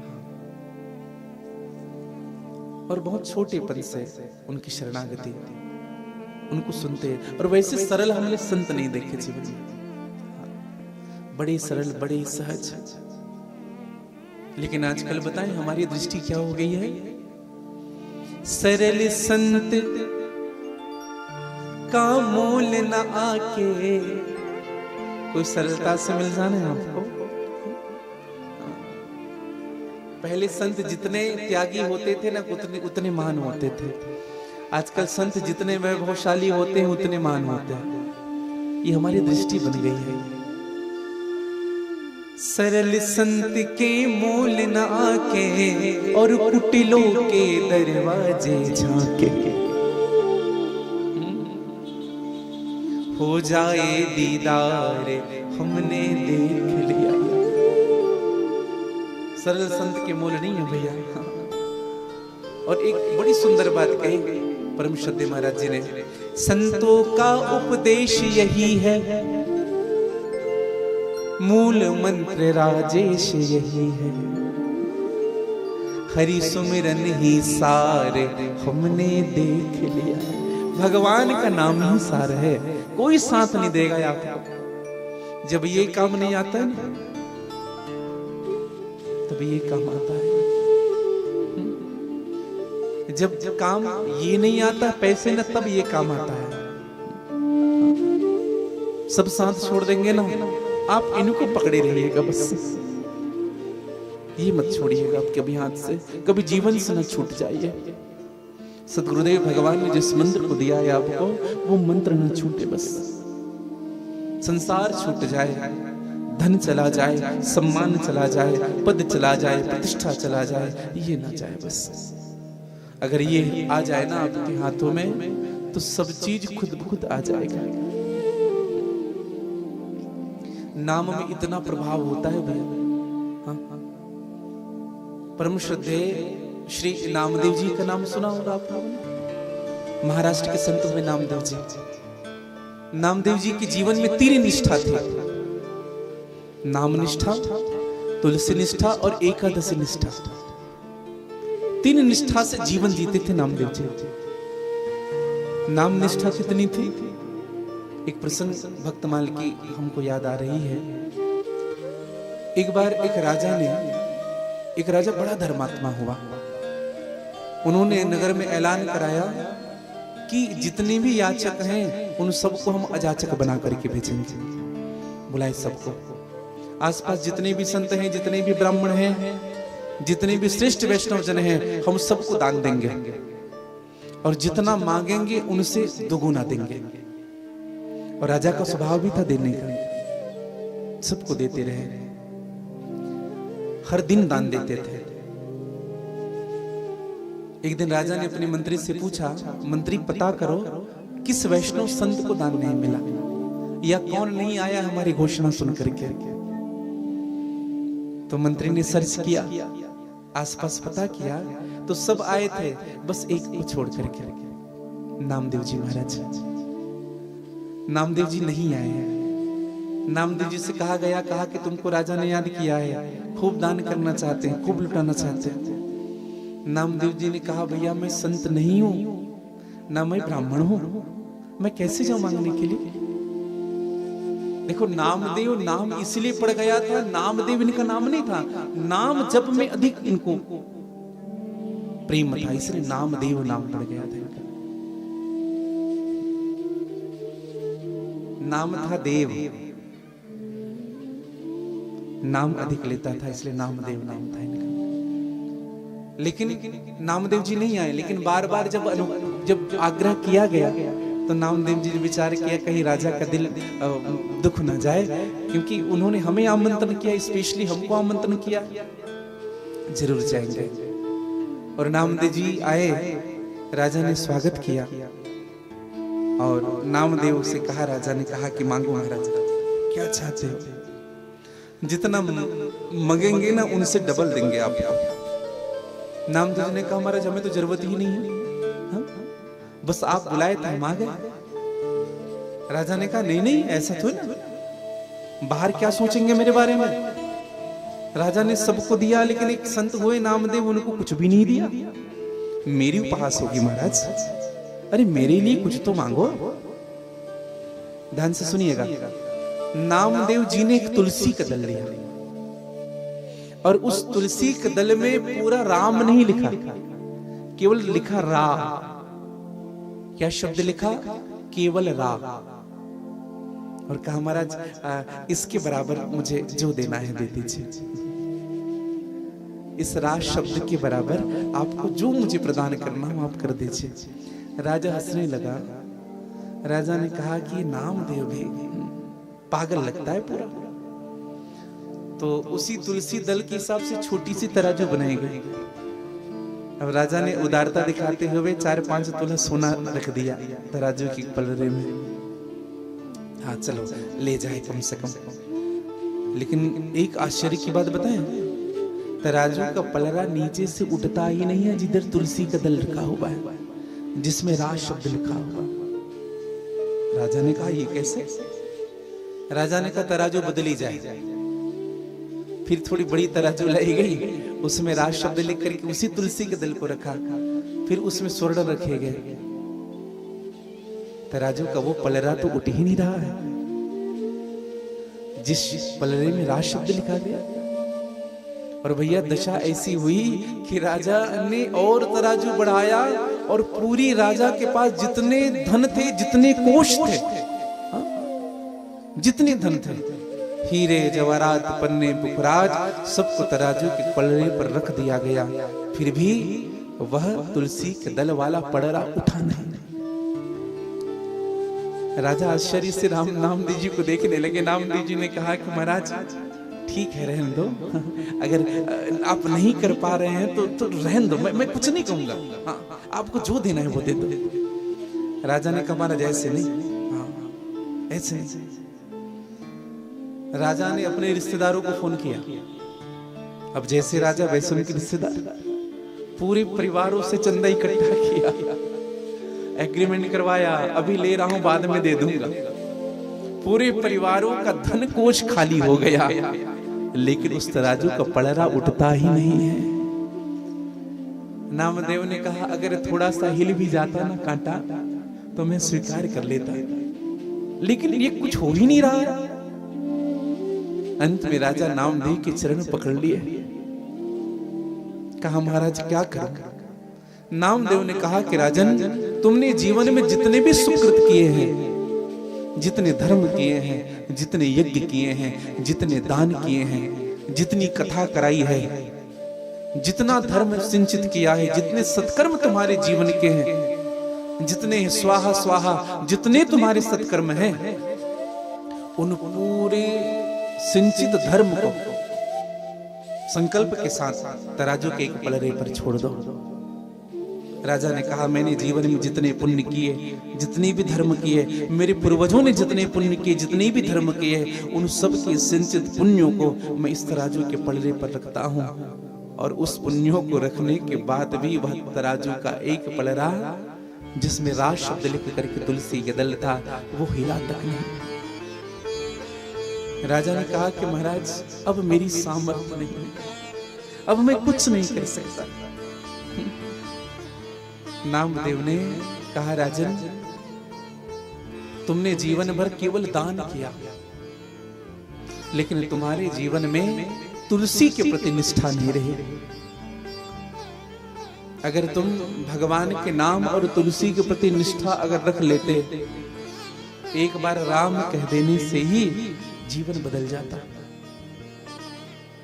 एक निवेदन करूं आप सबसे, हमने जीवन भर खूब यज्ञ किया, खूब यज्ञ किया, अपना स्वरूप भी वैसा बना लिया, खूब दान किया, खूब भूखों को भोजन कराया, प्यासे को पानी पिलाया, अपने लिए कुछ नहीं किया। सतगुरुदेव भगवान के दिए हुए मंत्र को हमने जपा नहीं, हमने नाम नहीं लिया, इसका अर्थ यह है कि हमारे पास वो सुकृत नहीं है, डिपॉजिट सुकृत नहीं है, पुण्य नहीं है हमारे पास जिनसे भगवान रीझ जाए। हाँ। भगवान के नाम से अधिक भगवान के नाम को श्रेष्ठ बताया गया है। राम एक तापस्ती तारी, नाम कोटि खग मुक्ति समान। राम जी ने तो एक ही अहिल्या को तारा है, लेकिन भगवान के नाम ने ना जाने कितनी अहिल्या का उद्धार कर दिया है। इसलिए नाम की निष्ठा होनी चाहिए। नामदेव जी की नाम निष्ठा, तुलसी निष्ठा। देखो राज शब्द की ही तुलना नहीं कर पाई ये धन संपदा, समझिएगा। उसी प्रकार से गजेंद्र ने केवल गोविंद कहा और गो कहते ही भगवान आ गए थे। केवल गोविंद कहा और केवल गो शब्द की कहते भगवान आ चुके थे, समाप्त कर दिया था। अच्छा, सुखदेव जी महाराज से परीक्षित ने पूछा, बोले महाराज जी भगवान के नाम लेने वाले तो हाथी थे, कायदे से हाथी का उद्धार करना था, लेकिन भगवान ने तो मगर का उद्धार कर दिया। ये बात हमको समझ में नहीं आ रही। सुखदेव जी महाराज कहते हैं कि परीक्षित, भगवान के नाम लेने वाले संत होते हैं और भगवान संतों के उद्धार बाद में करते हैं। जो संत के चरण पकड़ लेते हैं ना, भगवान उनका उद्धार पहले कर लेते हैं। इसलिए उस हाथी के चरण पकड़े हुए मगर का उद्धार भगवान ने किया। हाँ। और मगर सबको पकड़ता है भैया। हाँ। अब देखेंगे कई लोग कथा में आने वाले हैं। एक व्यक्ति हमसे कह रहे थे, गुरुजी हम तो शुरू दिन से कथा में आने वाले थे, मगर हमने कहा पकड़ लिया। कहीं ना कहीं मगर हमको पकड़ करके रखता है। मगर किसको नहीं पकड़ता है? जो आर्त भाव से भगवान की शरणागति स्वीकार कर देता है। शरणागत वत्सल भगवान है जो शरणागत की रक्षा करते हैं। आध्यात्मिक दृष्टि से देखें तो ये संसार ही सागर है, यह जीव ही गजेंद्र है। गजेंद्र त्रिकुटाचल पर्वत पर रहता है। त्रिकुटाचल पर्वत क्या है? यही काम कूट है, क्रोध कूट है, लोभ कूट है, इसी में लिपटा रहता है। काम व्याप्त होता है जीवन में, क्रोध व्याप्त होता है और लोभ व्याप्त होता है, समझिएगा। संसार सागर में यह जीव रहता है। जब यह जीव जन्म लेता है तो उनकी मृत्यु भी निश्चित होती है। अर्थात इसी संसार सागर में मगर भी रहता है और मगर ही काल है। हर व्यक्ति जब जन्म लेता है ना तो उनके साथ उनकी सगी बहन भी साथ आती है, जुड़वा, और वो सगी बहन ही मृत्यु है। और आप देखेंगे सबसे पहले पैर को ही पकड़ता है। मगर पैर पकड़ता है कि नहीं? पैर का लड़खड़ाना शुरू हो गया। अच्छा, जीवन में 4 घंटी बजती है। सबसे पहली घंटी जब बजती है ना भैया, तो आंखों की रोशनी कम हो जाती है। मैं एक सच्ची घटना बताऊं आपको। आज की दशा में मैंने एक बच्चे को देखा, 3 साल के बच्चे को चश्मा लगा है। 3 साल। 18 साल का बच्चा मधुमेह की बीमारी से ग्रसित है। वैज्ञानिक कहते थे कि 30 साल में हार्ट अटैक आता है, लेकिन हमने देखा है 20 साल के बच्चे को अटैक आया।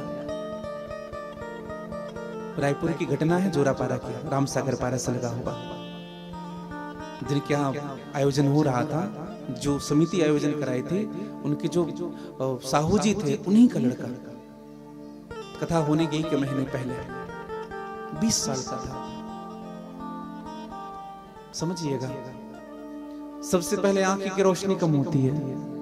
भगवान मानो हमको नोटिस दे रहे हैं, समझिए। आंख की रोशनी कम होती है, नोटिस मिल जाता है। जीवन भर इधर उधर ताक झाक करता रहा, देखता रहा, अरे अब तो आंख की रोशनी भी कम हो गई, अब तो भगवान को भजन करेंगे। तो हम भजन नहीं करेंगे तो रोशनी बढ़ा लेंगे, चश्मा लगा लेंगे, लेंस लगा लेंगे। आंखों में लेंस लगता है आजकल। बाल सफेद हो गया, फिर भगवान ने हमको ये नोटिस दी, कहा कि भगवान का भजन करो, फिर भी हम भगवान का भजन नहीं करते। राजा दशरथ के श्रवण के पास का बाल सफेद हुआ, श्रवण समीप भय सितकेसा मानव देश दृढ़ उपदेशा। और जैसे बाल को पका हुआ देखा राजा दशरथ ने तुरंत निर्णय लिया, राम को राजा बनाना है, राजपद छोड़ना है। और हम राजपद नहीं छोड़ते, बाल को ही छुपा लेते हैं बाल को ही डाई कर लेंगे, कलरमेंट लगा लेंगे, पका नहीं दिखना चाहिए। हाँ। एक बात कहें आप सबको, भगवान से अगर हमको प्रेम करना है ना, तो संसार को छोड़ने की जरूरत नहीं है। भगवान से अगर जुड़ना है तो संसार को छोड़ने की जरूरत नहीं है, अपने मन को भगवान से जोड़ने की जरूरत है। आप जहां हैं वहीं रहिए। आप गृहस्थ हैं, गृहस्थ में रहिए। माँ बाप की सेवा कर रहे हैं, माँ बाप की सेवा करिए। पत्नी के साथ रहिए, बच्चों के साथ रहिए। बस अपने मन को भगवान के चरणों से जोड़ करके रखिए। कुछ छोड़ने की जरूरत नहीं, हमें जोड़ने की जरूरत है। दूसरी घंटी बजती है, जब तीसरी घंटी बजती है ना, तो हमारे 32 दांत बाहर आ जाते हैं। भगवान कहते हैं जीवन भर बस पकौड़ियाँ खाता रहा, चटपटे चटपटे वस्तु खाता रहा। अरे अब तो दांत भी नहीं है, अब तो दाल की पानी पी, अब तो सूप पी, अब तो दूध पी, अब तो दलिया खा, अब तो भगवान का भजन कर। लेकिन जीव मानता नहीं, अलग से दांत का सेट ही अलग से लगवा लेगा। ऐसे नहीं। चौथी घंटी बजती है, कमर 3 जगह से टेढ़ी हो जाती है। भगवान कहते हैं खूब पकड़ करके चलता था, पंडित हूँ, अधिकारी हूँ, धनवान हूँ, संपत्तिवान हूँ, बड़े बड़े उठना बैठना है, खूब पकड़ करके चलता था, विधायक हूँ, सांसद हूँ। अरे अब तो कमर भी झुक गई है, अब तो भगवान का भजन कर। लेकिन जीव भजन नहीं करता।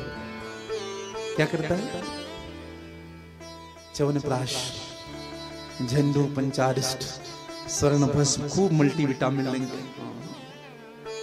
शरीर को स्वस्थ रखना है।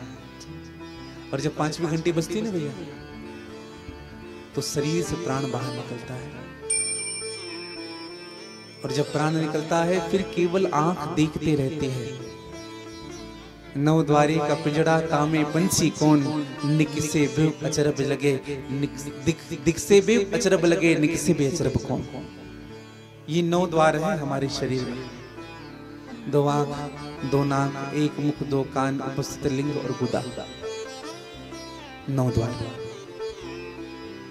गीता भी कहते हैं 9 द्वारे पूरे देह। 9 द्वार का पिंजड़ा है भैया। लेकिन जब प्राण निकलता है ना, तो इस 9 द्वार से नहीं निकलता है। ध्यान से सुनिएगा, प्राण निकलता है तो इस 9 छिद्र से बाहर नहीं निकलता, अपने लिए एक नया द्वार बना लेता है शरीर में। अच्छा एक बात बताइए, हमारे शरीर में सबसे वीवीआईपी कौन है? कौन है? हमारे शरीर में अगर वो ना रहे तो काम ही ना चले।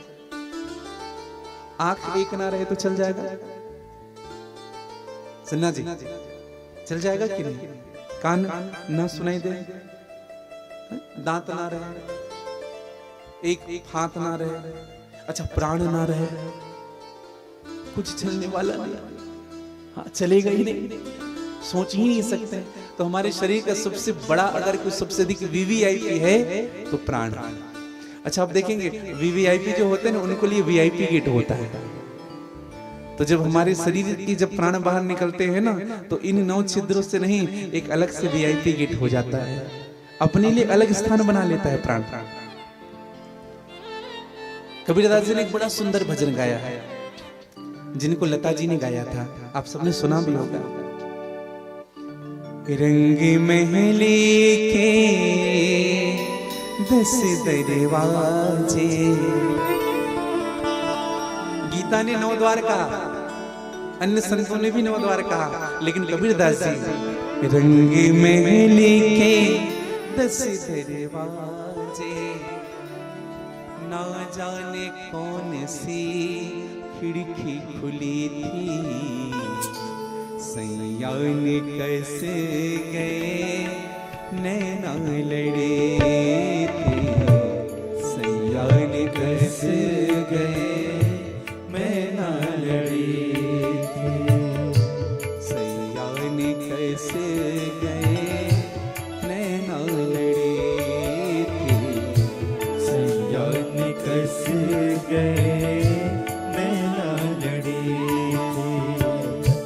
ना मैं बोली ना मैं चाली, ना मैं बोली, कुछ बोलने का मौका नहीं मिलता जब प्राण निकलता है। चाली, ना आप कुछ बोल पाओगे ना हिल पाओगे।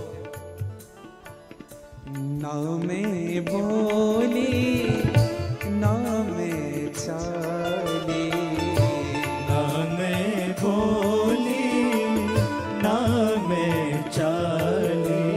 ना बोल पाएंगे ना कुछ मूवमेंट होगा शरीर में, बस कफन को ओढ़ करके पड़े रहेंगे।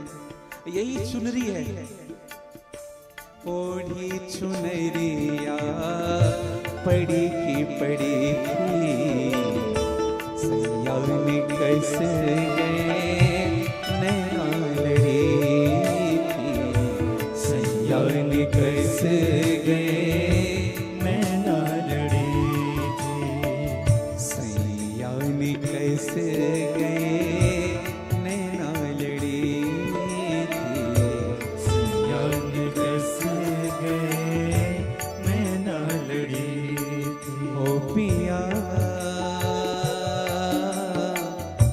कौन गली गई शाम। ये प्राण ओ पिया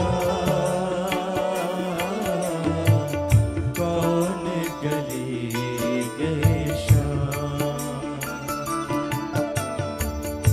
कहती कबीर सुनो भई साधो, कहते कबीर सुनो भई साधो।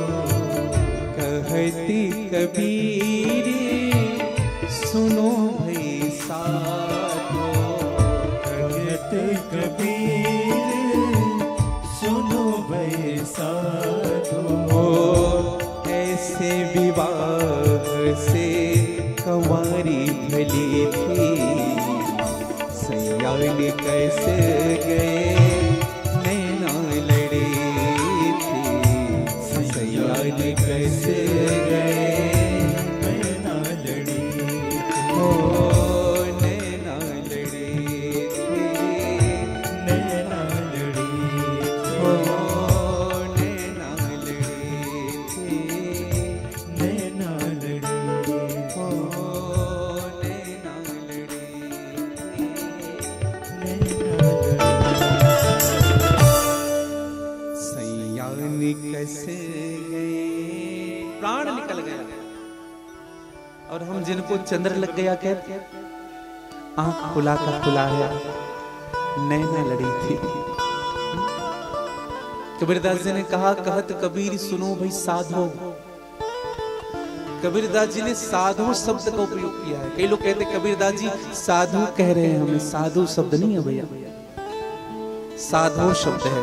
साधो अर्थात सीखिए, जीवन में उतारिए इनको, इनका अनुकरण करें। हाँ। ये प्राण निकलता है ना, केवल जीव देखते रह जाता है, पड़ा रहता है, कुछ नहीं कर सकता। हाँ। सुखदेव जी महाराज ने कहा कि परीक्षित, यही जीव की दशा भी होती है। गच्छति अतौ गजः, मनुष्य आने जाने वाला है, यही गज है। अहोग्राणी नीति अतौ ग्रह, घर का विषय ही ग्रह है। घर का विषय ग्रह है। हम घर को छोड़ नहीं पा रहे हैं, हम संसार से दूर नहीं हो पा रहे हैं। इसका अर्थ यही है। अच्छा, एक निवेदन करूं, हम भगवान, हम संसार को पकड़े नहीं है। दरअसल संसार ऐसा लग रहा है कि हमें पकड़ करके रखा है। समझिएगा भैया, मनुष्य संसार के सन्मुख है, साथ नहीं, भगवान से बिलग है, दूर नहीं, दूर नहीं है। कभी कभी हमको ये भाव होता है कि हमारे जीवन में ये भाव आ जाए कि हमको संसार ने बांध लिया। कई लोग ऐसे ही करते, क्या बताएं महाराज। हाँ? अच्छा, एक व्यक्ति अभी अयोध्या जाना है 10 जनवरी से, तो सबके पास मैसेज गया, तो एक शिष्य का मैसेज आया, भगवान अगर बुला ले तो चले जाएंगे गुरुजी। भगवान अगर बुला ले तो चले जाएंगे। हमने कहा भगवान आपका रिजर्वेशन कराएंगे आकर के,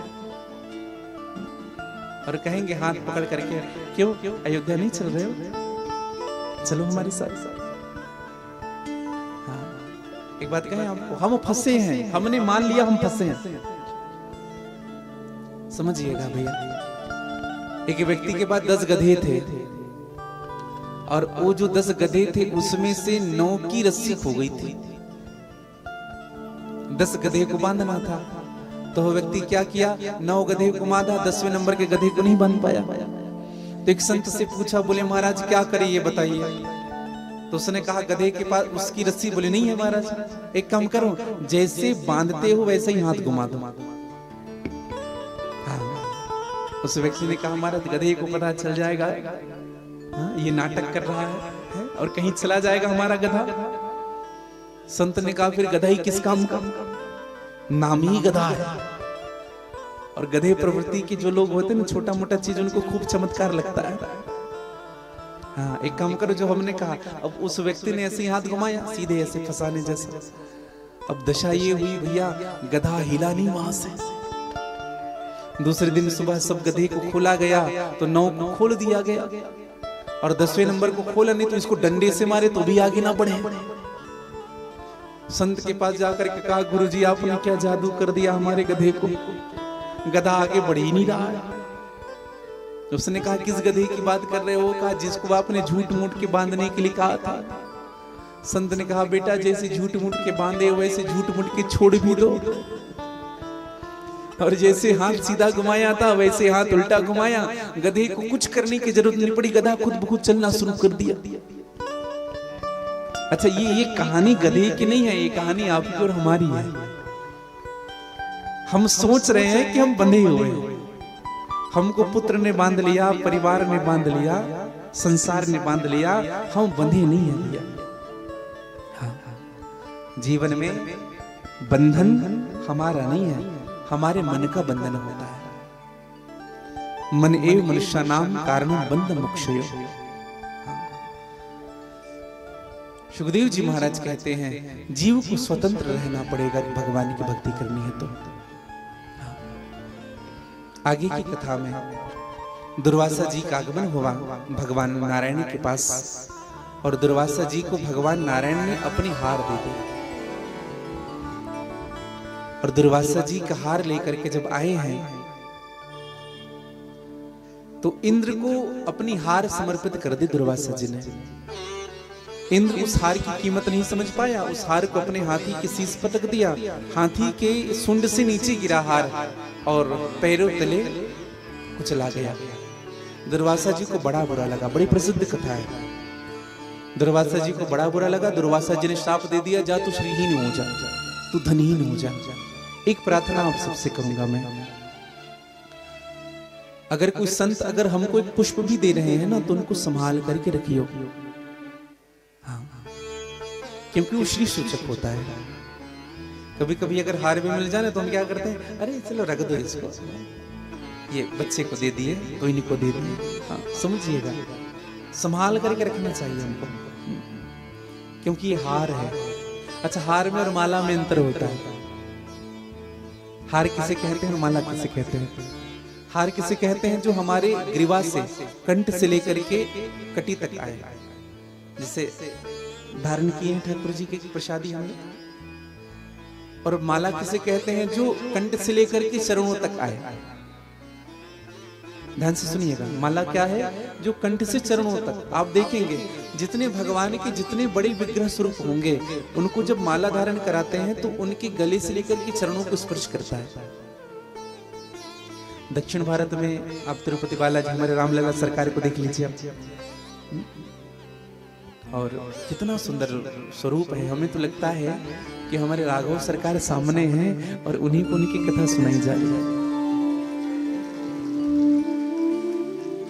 एक क्षण के लिए तो मैं स्तब्ध हो गया।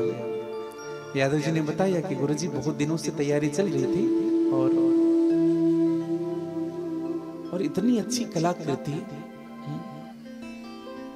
मैंने नहीं देखी, पर परोक्ष रूप से, प्रत्यक्ष रूप से लग रहे हैं वो। आप कभी अवध जाएंगे ना तो यही आपको दृश्य मिलेगा। हाँ। निवेदन करो तो भगवान राम को भी यह माला धारण कराई जाती है, माला जो चरणों तक हो। जितने बैठे वाले ठाकुर जी हैं ना, आप उनको जब माला धारण कराते हैं तो प्रयास हो कि चरण तक चले। अगर खड़े वाले ठाकुर जी हैं तो आप उनको बिल्कुल माला धारण कराइए। कहां तक? केवल कटी तक नहीं, चरणों तक। हाँ, ये माला धारण कराने का नियम है। तो मैं निवेदन करूं, दुर्वासा जी की माला का हार का अपमान हुआ, इंद्र को श्राप मिला, इंद्र श्रीहीन हो गया। कथा ऐसी आती है कि समुद्र मंथन हुआ, जिनसे 14 रत्न निकले। देवताओं के कहने पर ही समुद्र मंथन हुआ था, जिनसे 14 रत्न बाहर आए। और उसी 14 रत्नों में धन्वंतरी जी का भी प्राकट्य हुआ, जो अमृत का कलश लेकर के बाहर आए। अमृत बांटा गया, 4 स्थानों में अमृत गिरा था भैया, छीना झपटी के कारण। देव और दानवों में खूब युद्ध हुआ था। भगवान ने मोहिनी का रूप धारण करके अमृत पिलाया, बड़ी प्रसिद्ध कथा है। तो जब अमृत पिला रहे थे, सूर्य और चंद्रमा के मध्य में राहु ने आकर भी अमृत पिया। भगवान ने जैसे ही अमृत का घूंट अंदर गया, भगवान ने चक्र सुदर्शन से उनके मस्तक काट दिया। हाँ, ऐसी भगवान की कथाएं हैं। भगवान ने उस संग्राम में 6 के मस्तक काटे थे। एक तो राहु के मस्तक काटे, 3 के और मस्तक काटे, माली, सुमाली, माल्यवंत, ये भी युद्ध किए थे, इनके भी मस्तक कटे थे। एक कालनेमी नाम का दैत्य था, इनका भी मस्तक कटा। और यही कालनेमी के मस्तक कटे जिन्होंने 1000 वर्ष तक से तपस्या की थी ब्रह्मा जी की, यही कालनेमी बाद में कंस हुआ। और राजा बलि के साथ इंद्र का युद्ध हुआ और इंद्र ने बलि के मस्तक काटे। और शुक्राचार्य जी ने इन सबको संजीवनी विद्या से जीवित किया। संजीवनी विद्या शुक्राचार्य जी के पास था। भागवत जी की कथा नहीं, शिव पुराण की कथा में आप सबसे निवेदन करूं। शिव पुराण के अनुसार जब भगवान और शिव की उपासना शुक्राचार्य जी ने की थी, तो भगवान शिव ने कहा कि मांगो क्या चाहते हो। शुक्राचार्य जी ने कहा, प्रभु मुझे यह वरदान दीजिए, जो व्यक्ति मर गया हो उनको मैं जीवित कर सकूं। भगवान शिव ने कहा, तुम्हारी दिमाग तो ठीक है, बुद्धि तो ठीक है तुम्हारी, संसार में सब चीज संभव है, लेकिन मरे हुए व्यक्ति को जीवित नहीं किया जा सकता। शुक्राचार्य जी ने कहा, प्रभु यही वरदान चाहिए मुझे, और कुछ नहीं चाहिए। भगवान शिव ने कहा कि तुम जैसा तपस्या भी कोई नहीं किया, चलो, और वरदान दिया। तो भगवान शिव जी ही हैं जो संजीवनी विद्या का वरदान शुक्राचार्य जी को प्रदान करते हैं। बोले भूतेश्वरनाथ भगवान के। तो मैं निवेदन करूं, आज राजा बलि को जीवित किया गया, इंद्र के साथ बलि का युद्ध हुआ और बलि ने स्वर्ग से इंद्र को खदेड़ दिया। और इंद्र अब मारे मारे फिरने लगे। इंद्र है, वरुण है, कुबेर है, सभी देवता, ठिकाना नहीं है। सबने भगवान से जाकर के प्रार्थना की, प्रभु कृपा करो, कृपा करो, कृपा करो। भगवान को जितना दुख था, उनसे अधिक दुख माता अदिति को है। कौन है मैया अदिति? देवताओं की माता है ना। जब बच्चे जब अधिक दुखी हो ना, तो माँ बाप को अधिक पीड़ा होती है। हाँ। और ये आप तभी फील कर पाएंगे जब आपको पिता और माता बन पाएंगे। हाँ।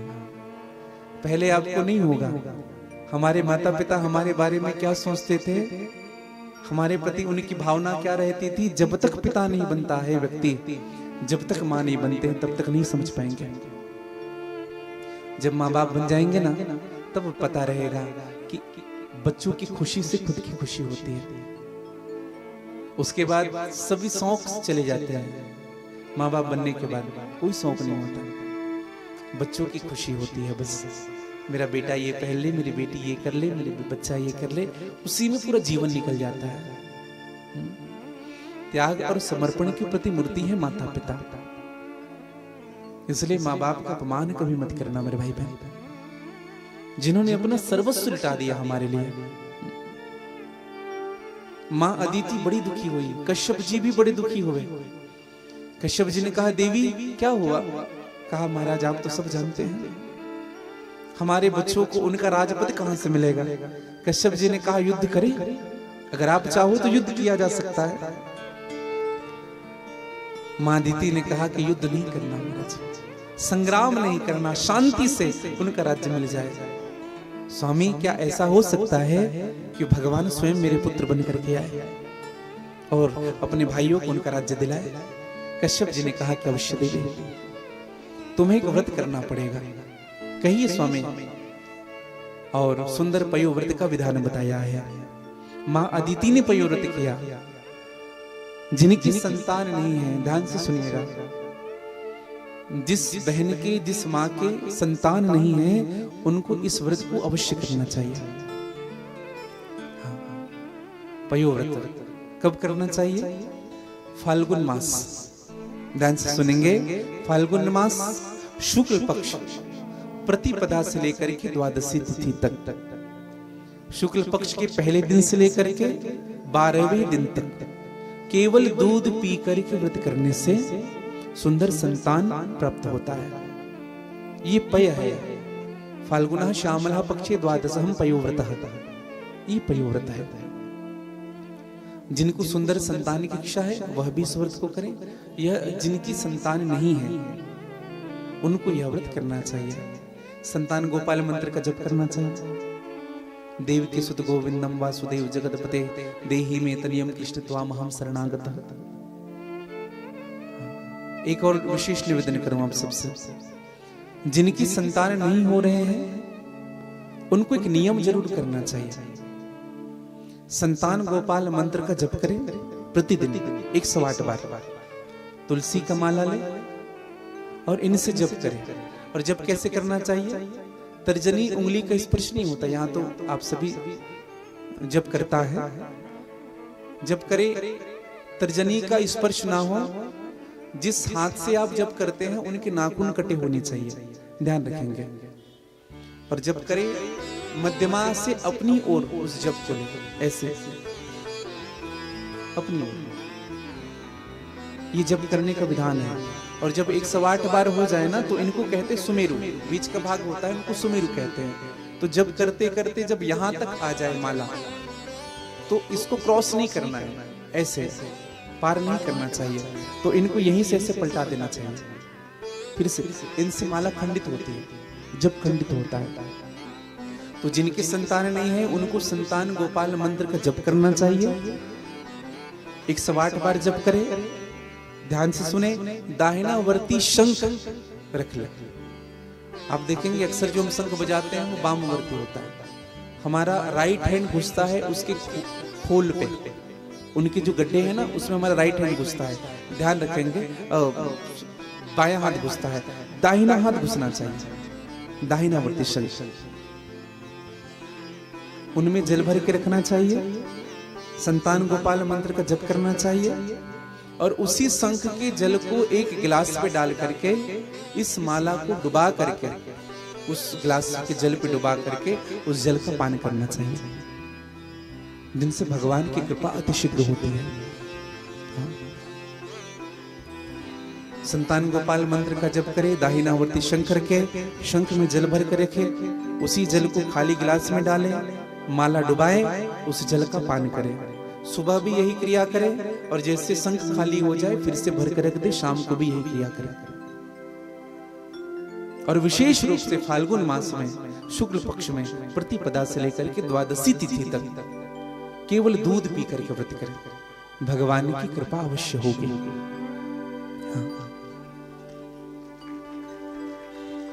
और मां अदिति ने यही किया।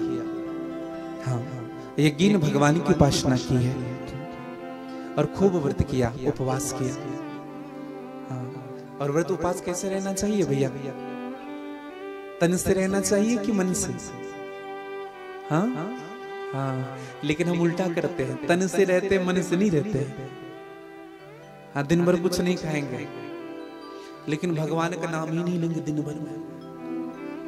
हाँ, कई लोग व्रत करते हैं, आज के सब व्रत है महाराज, कुछ नहीं लेंगे।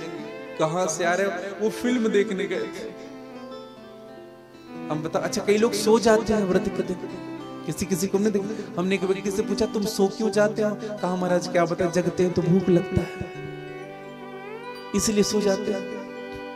एक निवेदन करूं, व्रत के दिन सोना नहीं चाहिए। व्रत के दिन तो आपको अधिक से अधिक माला करनी चाहिए। जिस देव का आप व्रत कर रहे हो, कम से कम उस मंत्र, जो भी देव है उस देवता की 16 माला तो अवश्य करनी चाहिए व्रत के दिन। कुछ नहीं खाना व्रत नहीं है। हाँ, कभी कभी व्यस्तता के कारण हम 4-5 बजे तक कुछ नहीं खाने, इसका मतलब हम क्या उपवास हो गए? नहीं भैया, समझिएगा व्रत का आशय क्या? एक सच्चा नियम, एक अच्छा नियम धारण करना ही व्रत है। कई लोग व्रत करते हैं, जैसे करना चाहिए वैसे नहीं करते। एक व्यक्ति व्रत कर रहे थे, हाँ, उनसे पूछा भैया व्रत करते हैं? बोले हाँ पंडित जी व्रत करते हैं। क्या लेते हैं? उसने कहा पंडित जी क्या लेंगे व्रत में? व्रत में कुछ तो ले नहीं सकते, लेकिन फिर भी थोड़ी बहुत। अच्छा, थोड़ी और बहुत ये दो शब्द हैं, थोड़ी बहुत। तो हमने कहा क्या लेते हैं? फिर भी कुछ तो लेते होंगे। कहा महाराज जी, किसी ने कहा फल और मीठे से कुछ नहीं होता, तो जैसे हम पूजा करते हैं सुबह 8 बजे भगवान के, 8 बजे बच्चे 1 किलो दूध ला के दे देते हैं, उसी में थोड़ी मिश्री घोल करके पी लेते हैं, उनकी बात तो कुछ लेना नहीं। फिर जैसे 10 बजता है, बच्चे कहते हैं कि पिताजी आज दिन भर आपका व्रत हो जाएगा, तो आप आधा दर्जन केला और 2-4 सेब ले लीजिए। हाँ, और बस बच्चों के भाव को रख लेते हैं और तो कुछ लेना नहीं उसके बाद तो। और जैसे 12 बजता है, बच्चे कहते हैं थोड़ी बहुत जूस ले ले, तो 2-4 गिलास जूस पी लेते हैं। ड्राई फ्रूट्स को थोड़ी सी गर्म करके दे दे तो उन्हीं को ले लेते हैं, उसके बाद तो कुछ लेना ही नहीं है। फिर शाम को पारण करते हैं। हमने कहा दिन भर खा रहे हो? अच्छा, कुछ लोग कहते हैं फल से कुछ नहीं होता, तो क्या फल से पेट भर लोगे? मीठा से पेट भर लोगे? अच्छा, व्रत की जब बात याद है तो हमारी माताओं की एक बात याद आती है, जो तीज का व्रत करती है। बड़ा कठिन व्रत होता है भैया तीज का। आप सब करते होंगे ना तीज का व्रत? कुछ नहीं खाएंगे, जल तक नहीं पिएंगे, और इस दिन अगर बच्चों से थोड़ी बहुत गड़बड़ हो गई तो खैर नहीं है। हाँ, हाँ, पूरा गुस्सा, दिन भर कुछ नहीं। और दूसरे दिन, हाँ, दूसरे दिन के विषय में सबको पता है। सुबह से खाना शुरू करेंगे और सुबह से यहाँ भोजन किए, फिर वहां किए, फिर वहां किए, फिर वहां किए। एक माताजी से हमने पूछा, कहा कितने घर हो गए आपको प्रसादी? ये 20वें नंबर का है। हमने कहा तीज के दिन क्या हो जाता है? तो निवेदन करूं, और एक विशेष निवेदन आप सबसे करूंगा कि भोजन करने से ना प्रेम बढ़ता है परस्पर, इसलिए भोजन करना चाहिए। अपनों के यहाँ अवश्य जाइए, जरूर प्रसादी करवाइए, या कोई अपना आ जाए तो उनको बिना भोजन कराए मत भेजिए अपने घर से। हाँ, भोजन आप अगर कराएंगे ना भैया, वो व्यक्ति कभी आपको नहीं भूलेगा। अगर कोई व्यक्ति आया है, आपने अगर उनको भोजन कराया, तो अगर वो दर्शन करने भी आया ना भूतेश्वर नाथ जी का, तो एक बार आपको याद जरूर करेगा कि गरियाबंद में फला व्यक्ति के यहाँ मैंने प्रसादी प्राप्त किया था, मैंने भोजन किया था। अन्न में वो शक्ति होती है, अन्न सहजता से अपना बना लेता है। एक घटना बताऊं मैं आपको, नाम नहीं बताऊंगा उस व्यक्ति का। बंटवारा होना था उस परिवार में, खूब विवाद हुआ। कुछ परिवार के जन आए उनके साथ, जो छोटा भाई था उनके परिवार से कुछ लोग आए बंटवारे करने के लिए। तो उनका जो बड़ा भाई था ना, जिनके यहाँ बैठ करके निर्णय होना था, उन्होंने कहा कि एक काम करो, बहुत दूर से आए हो, आप लोग बैठ करके बढ़िया भोजन कर लो। और पहले सबको बिठाया, विरोध तो था उनके प्रति, बढ़िया बिठा करके भोजन कराया, अपने हाथों से परोस करके भोजन कराया। और उनके बाद जब निर्णय ली गई, जब बैठी गई उस बंटवारे के लिए, तो जितने उनके छोटे भाई के साथ आए हुए थे ना, वो उनके छोटे भाई को ही कोसने लगे, तो दुष्ट है, तो गलत आदमी है, तुम्हारा भाई देखो कितना अच्छा है। अन्न के प्रभाव ने निर्णय बदल दिया, समझिएगा, अन्न में इतनी शक्ति होती है। तो मैं निवेदन करूं, आज मां ने व्रत किया और व्रत के कारण भगवान यज्ञ की उपासना हुई है और भगवान वामन जी का जन्म हुआ है। भगवान 8 वर्ष के वामन के रूप में भगवान का जन्म हुआ है। श्रोणायां श्रवणवाद सहायम मुहूर्ते अभिजीतः प्रभुः सर्वेन छत्रधाराताश्च चक्रस्य जन्म दक्षिणम्। आइए बड़े भाव के साथ बोले वामन भगवान की जय। वामन जी का जन्म हुआ भादो मास शुक्ल पक्ष की द्वादशी तिथि को। वामन प्रभु का आगमन मध्य के 12 बजे। अच्छे की विशेष निवेदन करूं, भगवान के 24 अवतार हुए और जितने भी अवतार हुए, या वो मध्य के 12 बजे हुए, रात्रि के 12 बजे। मध्य दिवस शीत नगामा पावन काल लोकुष्टाम। निवेदन करूं भैया, वामन जी का जन्म हुआ है, सबने वामन जी का स्वागत किया। वामन जी जब आए तो मां अदिति ने वामन जी को सुंदर कोपिन धारण कराया है। 10 दिशाओं के स्वामी ने भगवान को छत्र समर्पित किया, कुशा समर्पित किया है। मां अदिति ने वामन जी को वस्त्र धारण कराया है। सप्तऋषियों ने कुशा और खड़ाऊ समर्पित की है। मां उमा ने भिक्षा का पात्र समर्पित किया है। वामन जी भिक्षा लेने के लिए आए हैं और जब भिक्षा लेकर के वामन जी पधारे तो गुरुदेव ने कहा कि बेटा इतने भिक्षा से कुछ नहीं होगा, मधुकरी भिक्षा प्राप्त किया गया। और आज वामन जी भिक्षा लेने के लिए कहां गए? गुरुदेव के कहे अनुसार। कहा गुरुदेव कहां जाना है? कहा तुम्हें चलना पड़ेगा। बोले कहां? राजा बलि जहां यज्ञ कर रहा है, यमुना नदी के तट पर। और वामन जी राजा बलि के यज्ञ में प्रवेश कर जाते हैं। आइए आप और हम सब वामन जी का दर्शन करें। बोले वामन भगवान की जय। थोड़ा दोनों हाथ पसार करके बोले वामन भगवान की जय। और भगवान वामन जी कैसे हैं? छोटे छोटे भगवान वामन जी के चरण हैं, छोटे छोटे भगवान के कर हैं। शंख जैसी ग्रीवा है, मुट्ठी भर कमर है, मोती जैसे दांत है, टमाटर की तरह गाल है, और ऐसा सुंदर स्वरूप वामन जी का। आइए बड़े भाव के साथ भगवान बांके हैं और संतों ने गाया है, हो तेरी बाकी अदाने ओ सावरे,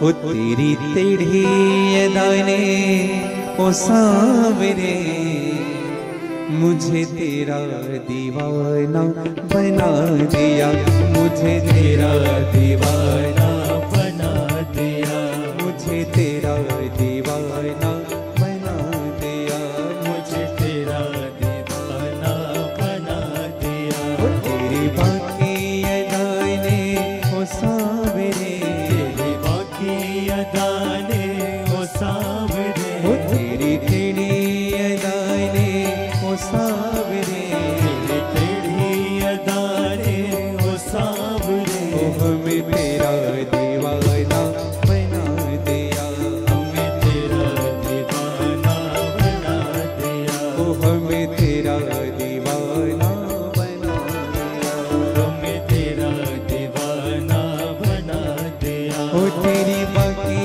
अदाने वो सावरे, तेरी बाकी अदाने वो सावरे, ओ तेरी टेढ़ी अदाने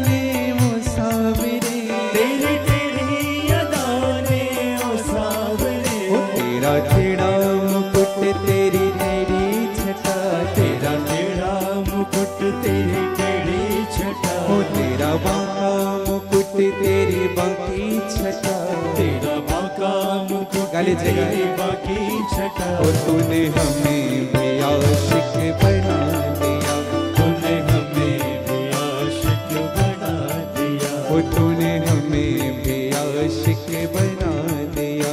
तूने हमें भी आशिक गाली जगह बड़ी भाव से। बना दिया।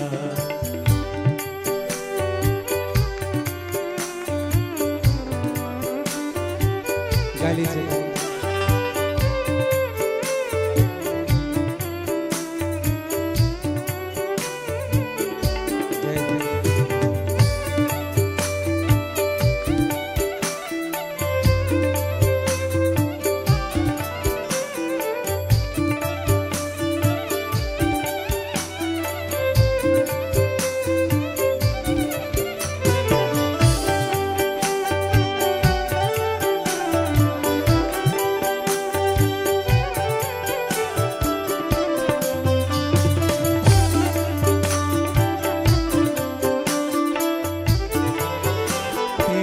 प्यारी है मेरी जिंदगी, तेरा प्यार है मेरी जिंदगी, मेरा काम है तेरी बंदगी, मेरा काम है तेरी बंदगी, जो तेरी खुशी वो मेरी खुशी, जो तेरी गाली जगह। खुशी वो मेरी खुशी, जो तेरी खुशी वो मेरी खुशी, जो तेरी खुशी वो मेरी खुशी, ओ तेरे एक नजर का सवाल है, तेरे एक नजर का सवाल ओ है, मुझे होश है ना करार है, मुझे होश है ना ख्याल है, तूने हमें दीवाना बना दिया, ओ तूने हमें दीवाना बना दिया, ओ तूने हमें दीवाना बना दिया, तूने हमें दीवाना बना दिया, ओ तेरी बाकी अदाने वो सावरे, तेरी बाकी अदा सभी गाली जगह बड़ी भाव से, सावरे, ओ तेरी तेरी अदाने वो सावरे, तेरी तेरी अदा ने वो सावरे, ओ तूने हमें दीवाना बना दिया, तूने हमें दीवाना बना दिया, ओ तूने हमें दीवाना बना दिया। तूने हमें दीवाना गाली जी बाबा जी को दोनों हाथ बसाए कर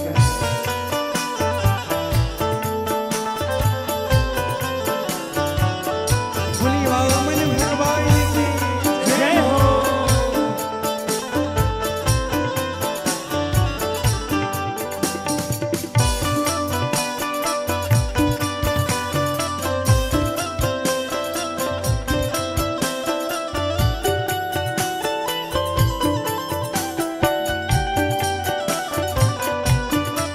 जय जय।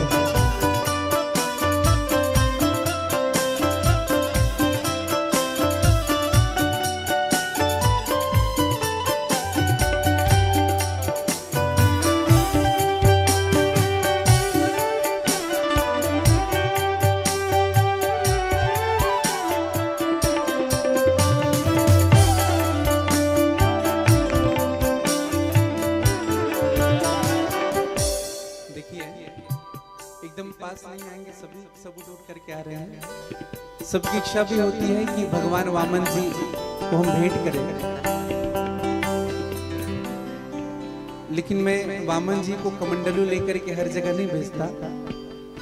मुझे ये अमर्यादित लगता है, क्योंकि भगवान की गरिमा है, इसलिए भगवान का स्थान सुनिश्चित हो। और आप सबको जो भी भेंट करना हो, आप हमारे आश्रम के साधक भिक्षा का पात्र लेकर के आ रहे हैं, आपको जो भी अर्पित करना हो आप उसमें कर सकते हैं, लेकिन दूर से ही खड़े नहीं होंगे, अपने स्थान पर बैठे रहिएगा। गाली जगह बड़ी भाव से।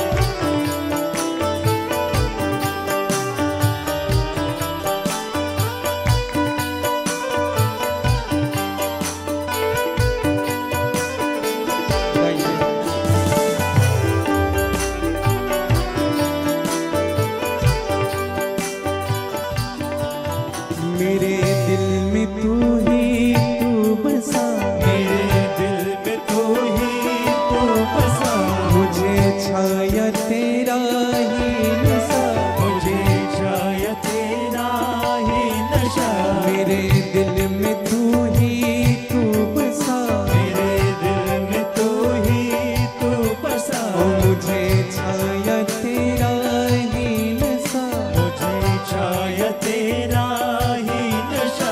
मैं जिस्म हूँ मेरी जान तू, मैं जिस्म हूँ मेरी जान तू, मैं जिस्म हूँ मेरी जान तू, मैं जिस्म हूँ मेरी जान तू। वो तेरा जादू जब से सवार है, तेरा जादू जब से सवार है, वो मुझे होश है ना करार है, होश है ना ख्याल है। वो तूने हमें भी आशिक बना दिया, तूने हमें भी आशिक बना दिया, वो तूने हमें भी आशिक बना दिया, तूने हमें भी आशिक बना दिया। वो तेरी बाकी अदाने ओ सावरे, तेरी बाकी अदाने ओ सावरे, वो तेरी तेरी अदाने ओ सावरे, तेरी टेढ़ी अदाने ओ सावरे। वो तूने हमें दीवाना बना दिया, तूने हमें दीवाना बना दिया, वो तूने हमें दीवाना बना दिया। तूने हमें दीवाना। गा लीजिएगा थोड़ी आनंद और मस्ती के साथ।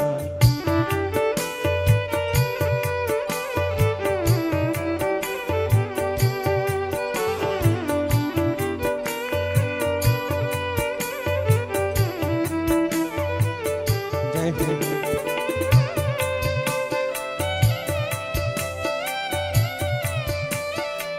बोली वामन भगवान की जय हो।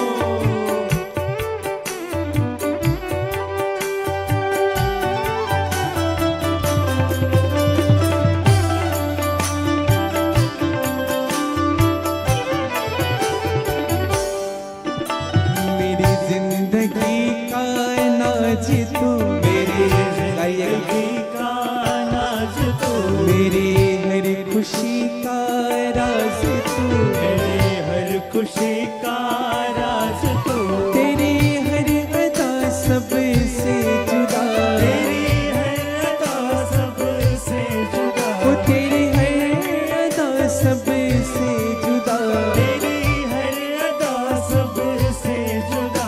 ये जो हल्का हल्का सुरूर है, जो हल्का हल्का सुरूर है, वो सब तेरे नजर का कसूर है, तेरी नजर का कसूर है।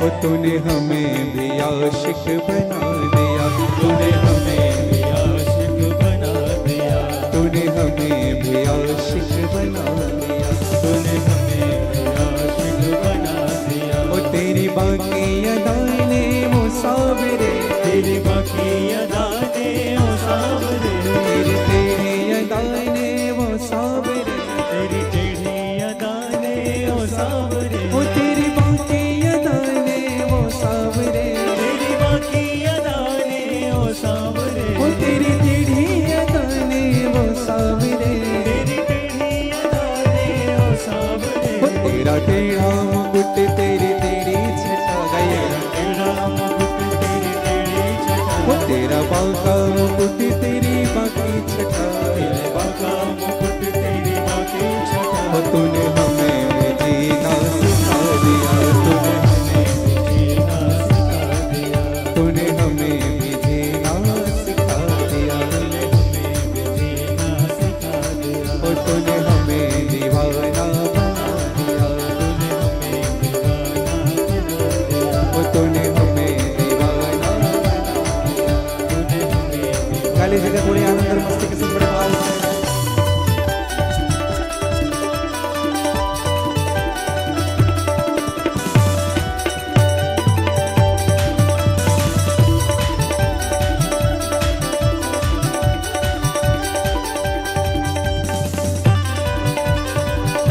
बोली वामन भगवान की जय हो, बोली भक्त वत्सल भगवान की। जय हो।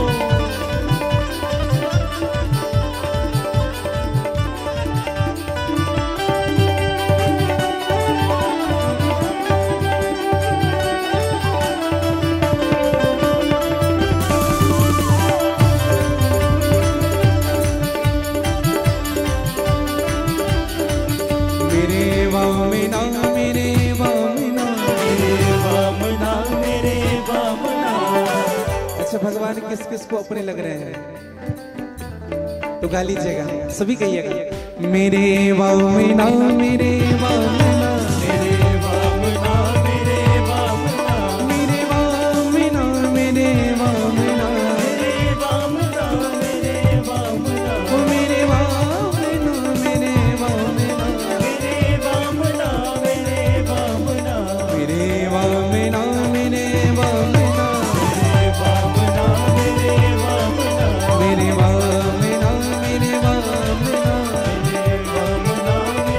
वामना मेरे वामना मेरे वामना मेरे वामना मेरे वामना ओ तेरी बाकी अदाने वो सावरे तेरी बाकी अदाने वो सावरे तेरी तेरी अदाने वो सावरे तेरी गाने से बड़े भाव से सावरे ओ तूने हमें दीवाना बना दिया तूने हमें दीवाना बना दिया तूने हमें दीवाना बना दिया तूने हमें दीवाना बना दिया ओ तूने हमें भी आशिक बना दिया तूने हमें भी आशिक बना दिया बोले वामन भगवान की बोले भक्त वत्सल भगवान की बोले आज के आनंद की जय जय श्री राम जय जय श्री राम जय जय श्री राम। तेरी बाकी अदाने ओ सावरे तेरी तेरी अदाने ओ सावरे तूने हमें दीवाना बना। भगवान का रूप ही ऐसा है भैया कि कोई भी भगवान को एक बार देखे तो भगवान के स्वरूप में बिक जाए।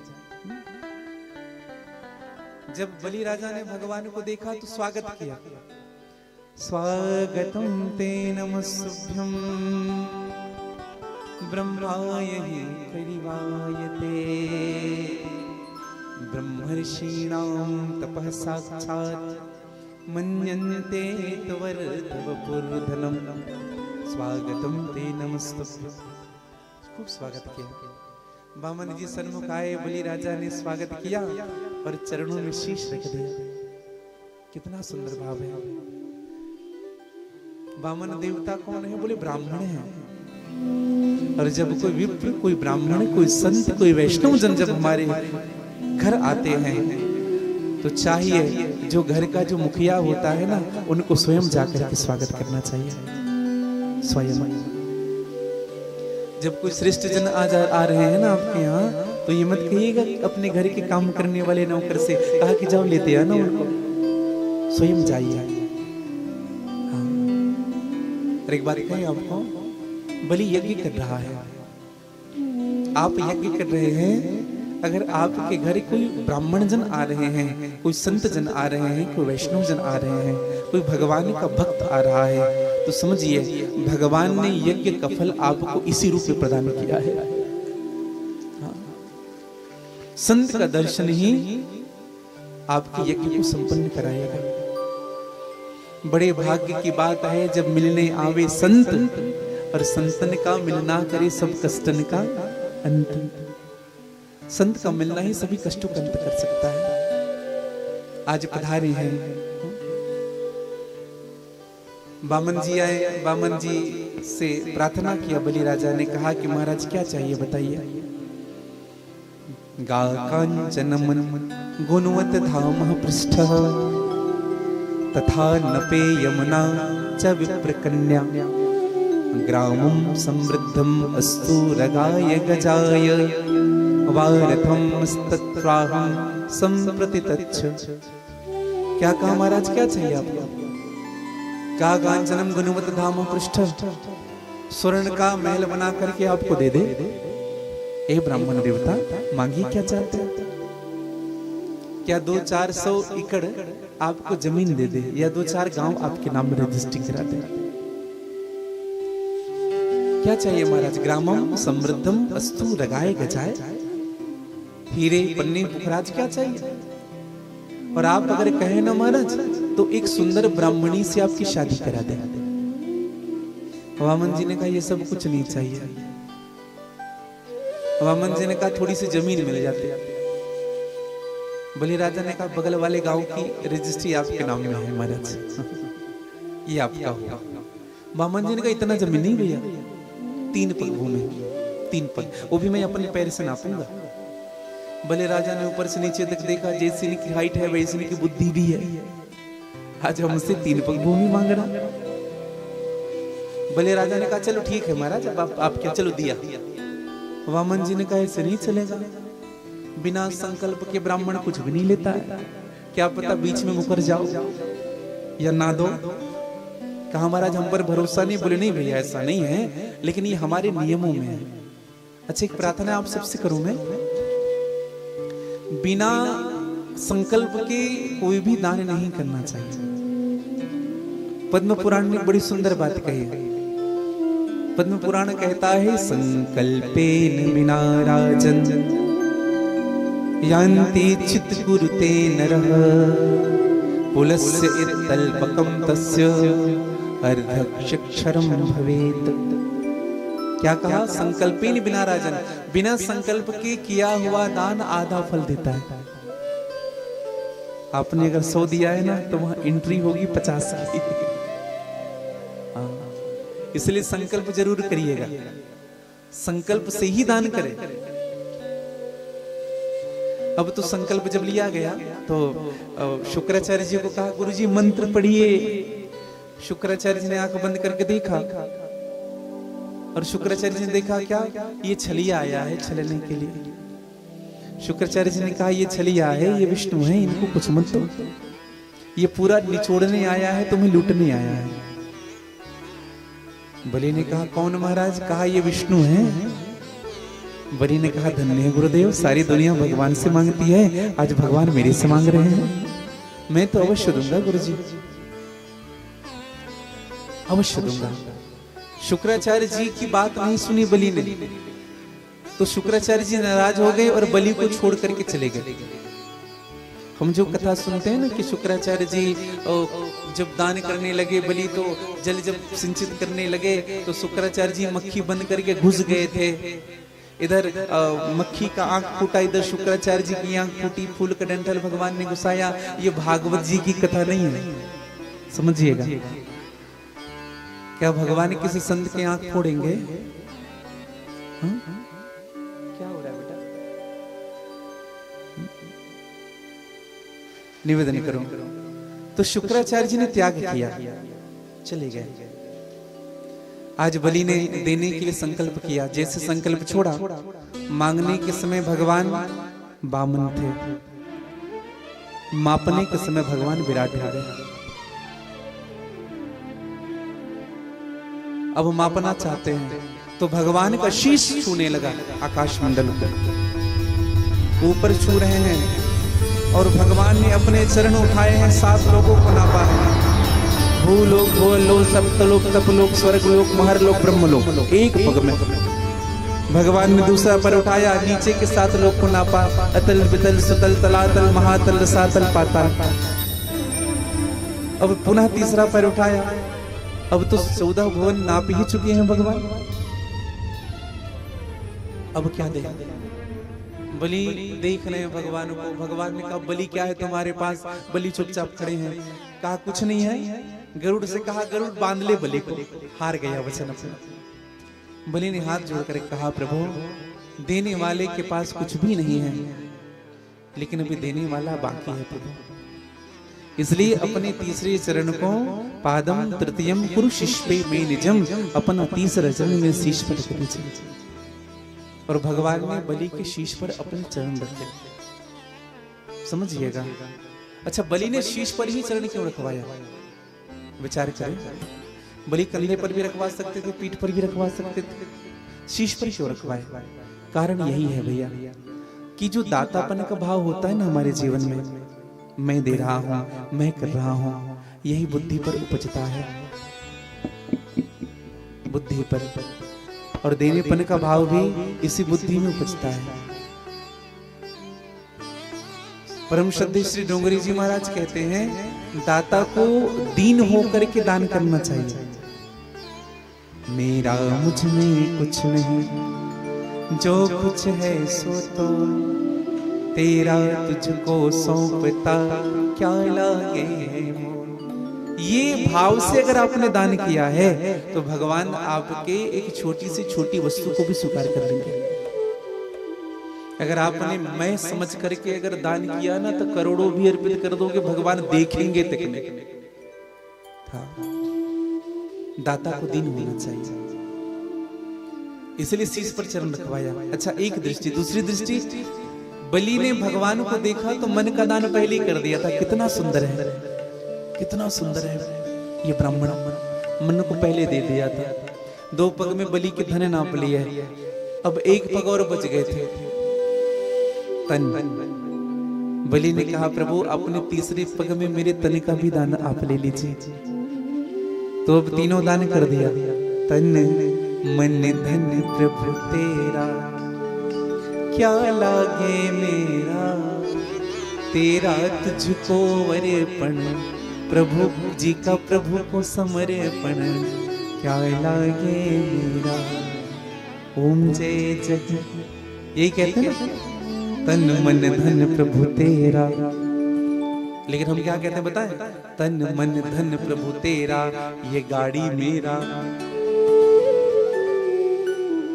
यही प्रार्थना होती है, तन मन धन प्रभु तेरा, ये दुकान मेरा, ये मकान मेरा। कहते कुछ और है, होते नहीं। एक व्यक्ति भगवान के सामने प्रार्थना कर रहा था, प्रभु नहीं विद्या नहीं बाहुबल, नहीं खर्चन को दाम, न विद्या है न बाहु है न बल है, न खर्च करने के लिए पैसे। भगवान से कह रहे हैं, बगल में उनका मित्र है, झूठ बोलता है भगवान से, अभी अभी जमीन बेचा है, 20 लाख रुपए बैंक में है। तो जब वो प्रार्थना करने लगा ना, नहीं विद्या नहीं बाहुबल नहीं खर्चन को दाम, मित्र ने कहा 20 लाख है बैंक में, सब जानते राम। भगवान को झूठ कहता है तो कुछ नहीं है, कुछ नहीं है, कुछ नहीं है। संसार के लोग ऐसे ही हैं, जैसे कहते हैं वैसे रहते नहीं हैं। वाणी कुछ और कह रही है, जीवन कुछ और कह रहा है। एक 6 फुट का आदमी भगवान से प्रार्थना कर रहा था, भगवान मुँह सम दीन दीन हित, तुम समान रघुवीर, मेरे समान कोई दीन नहीं है। हे प्रभु मेरी सभी अवगुण दूर करिए। 6 फुट का आदमी था, पीछे से 5 फुट का आदमी भगवान को देख नहीं पा रहे थे, तो 5 फुट के आदमी ने पीछे से थोड़े से हाथ लगाया, भैया थोड़ा बगल हो जाते तो हम भी दर्शन कर लेते। और जैसे हाथ लगाया, ये आदमी गर्म हो गया। क्या कह रहा है? मुझे हटा रहा है, तो जानता नहीं मैं कौन हूं। ये जो मंदिर बना है ना, 50 लाख रुपए मैंने दिए मंदिर में, जमीन मेरा है। हाँ। कल से मंदिर आना जाना बंद करवा दूंगा तुम्हारा। पीछे वाले ने कहा, भैया इसका मतलब जो आप कह रहे थे वो नहीं है। अभी आप कह रहे थे कि मौसम दीन दीन हित, मतलब आप दीन नहीं है, आप तो दाता है। समझिएगा, जो हम कहते हैं वैसे नहीं रहते हैं। सुखदेव जी महाराज ने कहा, बलि को भगवान ने स्वीकार किया। और एक बात कहें हम सबसे, शारीरिक बल, बौद्धिक बल और ज्ञान बल से अधिक अगर कोई श्रेष्ठ बल है तो प्रेम बल श्रेष्ठ होता है। प्रेम बल से ही भगवान को अपना बनाया जा सकता है। और बलि को सुतल लोक का राज्य दिया भगवान ने। आज भी बलि जीवित है। अस्वस्थामा बलिर्व्यासो हनुमानस्य भीषणः कृपः परशुरामस्य सप्तैति चिरंजीविनः। 7 चिरंजीवी बलि भी आज भी है, और भगवान सुतल लोक में आज भी हैं। हाँ। सुखदेव जी महाराज कहते हैं कि परीक्षित, आगे भगवान ने अमृष की एकादशी के व्रत को पूर्ण किया। एकादशी, अमृष एकादशी रहते हैं, और एकादशी 1 वर्ष करने का संकल्प था। एकादशी ध्यान से सुनिएगा, जितने वैष्णव जन जो एकादशी रहते हैं, कभी कभी ये भाव हमारे मन में उत्पन्न होता है कि द्वादशी लग चुकी है, कहीं त्रयोदशी न लग जाए। कभी कभी हमको पता नहीं चल पाता कि द्वादशी त्रयोदशी कब लग रही है, कि हम द्वादशी कब लग रही है हम पारण करें, कहीं त्रयोदशी के पहले हमको पारण करना है। कभी कभी मन में संशय होता है। मेरी प्रार्थना है आप सबसे, जिस दिन आप एकादशी रहते हैं, मैं तो कहूं गृहस्थ को शेष एकादशी रहना चाहिए। जैसे आप और हम सब हैं शेष, जैसे 2 बार एकादशी पड़ जाता है, हाँ, शेष एकादशी, जैसे दूसरे दिन का जो एकादशी होता है वैष्णव नाम रहना चाहिए। और आप पारण कैसे करें? सुबह जब ठाकुर जी का स्नान करें तो द्वादशी के दिन आप तुलसी का दल और चरणामृत धारण आप स्वीकार करें, ग्रहण करें, जिनसे आपको पारण का दोष नहीं लगेगा। क्योंकि चरणामृत लेना पारण भी है और नहीं भी है, समझिएगा। फिर आप अन्न कितने भी समय ले रहे हैं, प्रयास करिए सुबह आप ठाकुर की पूजन करें, चरणामृत जरूर ले, यही आपका पारण कहलाएगा। एकादशी का व्रत हम, और एक निवेदन करूं, एकादशी का व्रत प्रयास करिए करने का। हाँ, जितने भी वैष्णव संप्रदाय के अनुगामी हैं, हम सबको एकादशी का व्रत करना चाहिए। बच्चे अगर 5 साल से अधिक के हैं, प्रयास करवाइए एकादशी का व्रत करने का। हाँ, 5 साल के पहले बच्चे हैं उनको छूट बताया है, 80 साल के अधिक छूट किया गया है, लेकिन बीच की अवस्था एकादशी, कुछ ना कुछ व्रत हो, एकादशी का व्रत जरूर करें। अगर आपने तुलसी धारण की है, अगर आप वैष्णव परंपरा को मानने वाले हैं, एकादशी का व्रत नहीं रहना भी अपराध माना गया है, अगर आप वैष्णव परंपरा से जुड़े हुए हैं तो। सुखदेव जी महाराज ने कहा कि परीक्षित, भगवान ने अमरीश पर कृपा की, आगे सत्यव्रत की आकांक्षा को पूर्ण करने के लिए भगवान मत्स्य का रूप धारण करते हैं। बोले मत्स्य भगवान की जय। भगवान ने सूर्य वंश में राजा सगर हुए, सगर के पुत्र अंशुमान, अंशुपान से दिलीप, दिलीप से भगीरथी, भगीरथी से खटवांग, खटवांग से दीर्घबाहु, दीर्घबाहु से, ऐसे कई वंशों के बाद राजा अज हुए सूर्यवंश में। और सूर्यवंश में शुरू से ही पुत्र की समस्या बनी हुई थी। राजा अज ने खूब यज्ञ किया,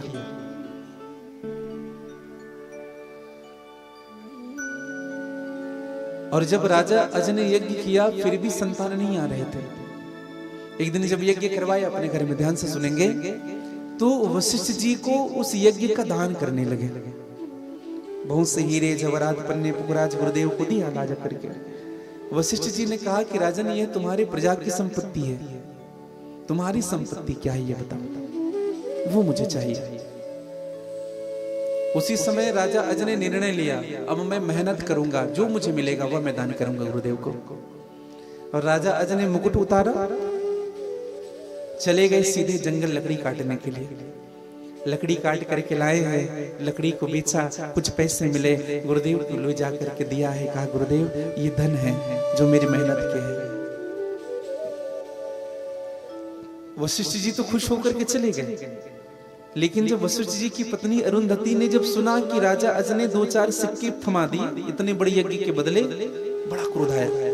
और अरुंधति जी ने, वशिष्ठ जी की पत्नी जी ने उस धन को फेंक दिया, कहा कि पैसे को नहीं लेना। शर्म नहीं है? चक्रवर्ती सम्राट इतना सदान करता। कुछ समय बीतने के बाद जिस स्थान पर वह धन फेंका गया था, वो चंद सिक्के फेंके गए थे, वह स्थल चमकने लगा था। राजा जी को पता चला कि हमारे राज्य में एक स्थान है जो चमक रहा है। राजा जी ने कहा उस स्थान की खुदाई कराई जाए। खुदाई कराया गया, एक सुंदर सा रथ बाहर निकला उस खुदाई से। पुनः खुदाई कराई गई, पुनः दूसरा रथ बाहर आया। रथ निकलता गया, ऐसे 9 रथ बाहर आए। फिर से जब खुदाई कराई गई तो एक और दिव्य रथ बाहर आया, जिसमें एक बच्चा था, एक बालक था, जो बालक जीवित था। जैसे रथ पर था, अचानक अज ने स्पर्श किया, वो बालक रोने लगा। और जब रोने लगा, राजा अजय ने कहा यही भगवान की कृपा है, और यही बालक 10वें नंबर के रथ से बाहर आया है, इसलिए इस बालक का नाम दशरथ पड़ा है। बोले दशरथ महाराज के। और दशरथ जी के 4 पुत्र हुए, राम लक्ष्मण भरत और शत्रुघ्न। बड़ा सुंदर सुंदर भाव है। राजा दशरथ के संतान नहीं थे तो गुरुजी के पास गए थे, और जब गुरुजी ने कहा कि एक काम करो, पुत्रिष्ठि यज्ञ करो, तो पुत्रिष्ठि यज्ञ की गई श्रृंगी ऋषि को बुला करके। श्रृंगी ऋषि कहाँ है बताएं आपको? ये अभी सिहावा नगरी में कथा हुई थी इससे पहले। श्रृंगी ऋषि का एक स्थान है, श्रृंगी ऋषि ने पुत्रिष्ठि यज्ञ किया। और एक विशेष निवेदन करूं, सिहावा नगरी में श्रृंगी ऋषि पर्वत है, और उस आज भी प्रमाण है ऐसा, जिनके संतान नहीं हो रहे हैं वह उस स्थान पर जाकर के यज्ञ करे, भगवान जरूर सुनते हैं उनके। हाँ, आज भी ऐसा प्रमाण है।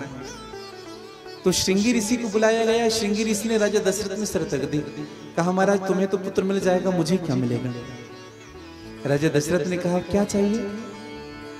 श्रृंगी ऋषि ने कहा तुम्हारी पुत्री का विवाह मेरे साथ करना, अपनी बेटी की शादी मेरे साथ करोगे तब मैं यज्ञ करूंगा।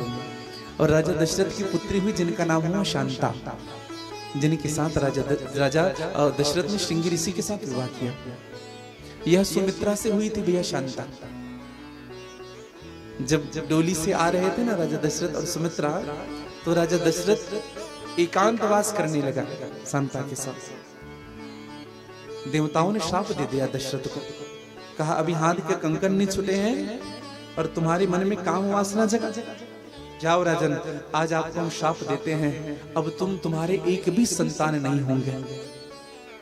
इसलिए राजा दशरथ के संतान नहीं थे। राजा दशरथ और सुमित्रा से एक पुत्री ने जन्म लिया था, जिनका नाम हुआ शांता।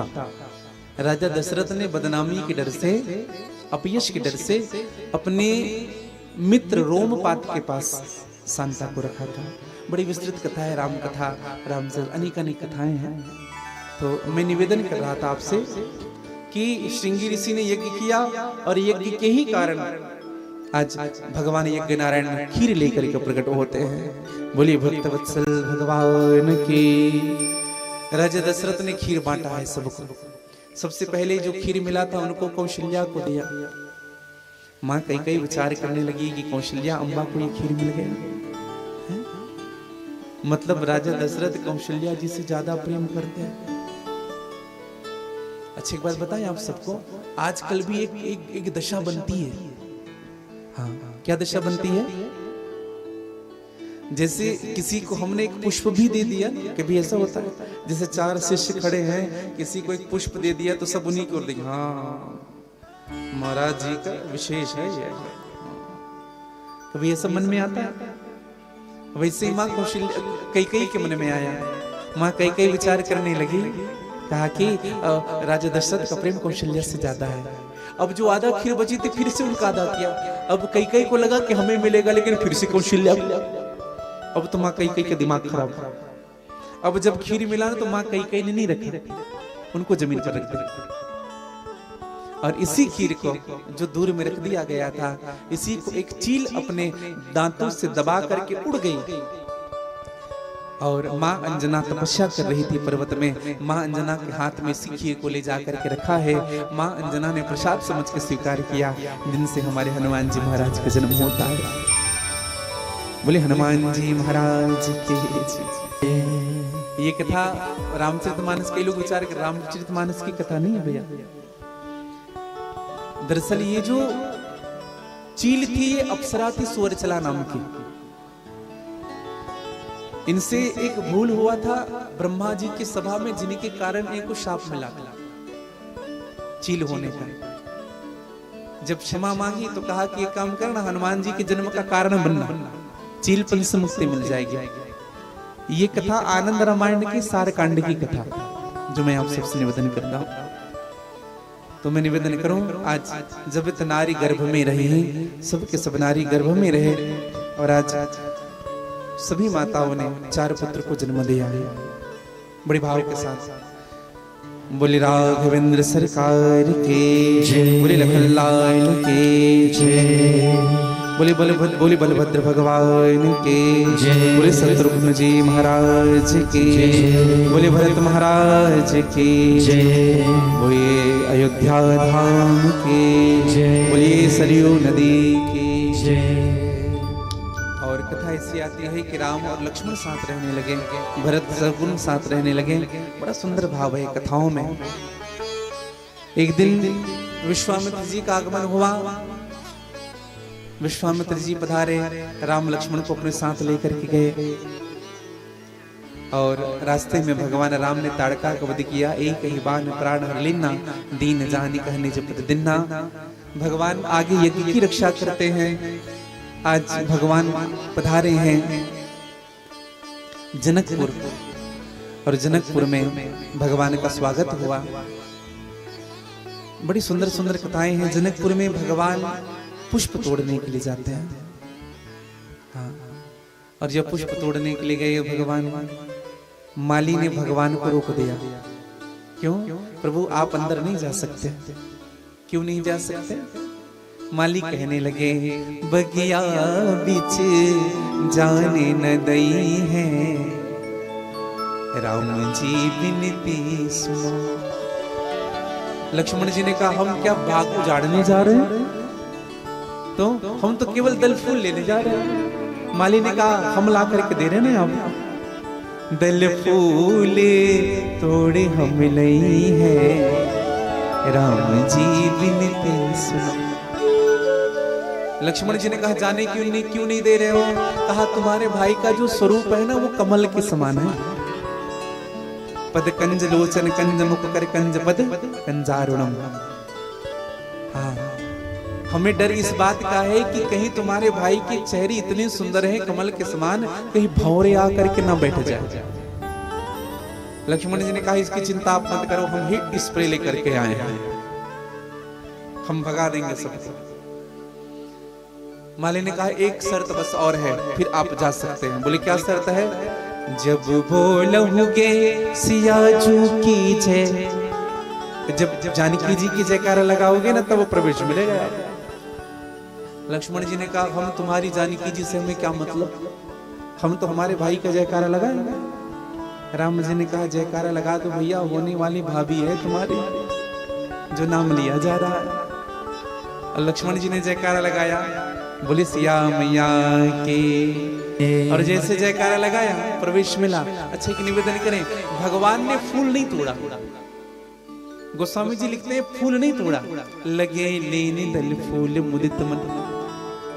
अच्छी बात बताइएगा, ये डंगाल है जैसे हमारा हाथ, इनको कहेंगे तोड़ना। जैसे ये डंगाल है इनको कहेंगे तोड़ना। अच्छा इनको कहेंगे देना, यही है, इनको देना कहेंगे। अच्छा ले रहे हैं भगवान तो कोई देने वाला है तब तो ले रहे हैं। तो लगे लेने दल, भगवान ले रहे हैं, फूल मुदित मन। अच्छा एक बात बताइए देने वाला कौन है? अच्छा आप सबसे निवेदन करें, मां सिया का जन्म कहां से हुआ? पृथ्वी से हुआ है। और ये जितने पेड़ पौधे हैं उन सबका जन्म कहां से हुआ? पृथ्वी से हुआ। तो मां सीता के क्या हुए? जितने पेड़ हैं पौधे हैं पुष्प के भाई हुए कि नहीं? एक जगह से जन्म हुआ। और राम जी के क्या हुए? अभी नहीं हुए हैं साले, होने वाले साले। अच्छा कौन साला चाहेगा कि जीजा जी घर आए और उनको मेहनत करना पड़े? इसलिए पहले से लो जीजा जी भगवान लिए। आज भगवान राम जी की भेंट हुई माँ जानकी से, किशोरी जी से। आप सब नाम राम कथा सुने हैं, सुनते हैं। आज भगवान राम जी की भेंट हुई और भगवान राम जी को देख करके माँ जानकी ने कहा कि प्रभु आप सब जानते हैं, आप सब जानते हैं। गौरी मैया से प्रार्थना की, मैया आप सब जानती हैं, मेरे मन की बात जानती हैं। माँ गौरी ने कहा चिंता मत कर, तुम्हें वही मिलेगा जो तुम्हारे मन में रचा है। मन जाहि राचे मिले सोवर सहज सुंदर सांवरो। करुणा निधान सुजान शील स्नेह जानत रावरो। कैसा पति मिलेगा?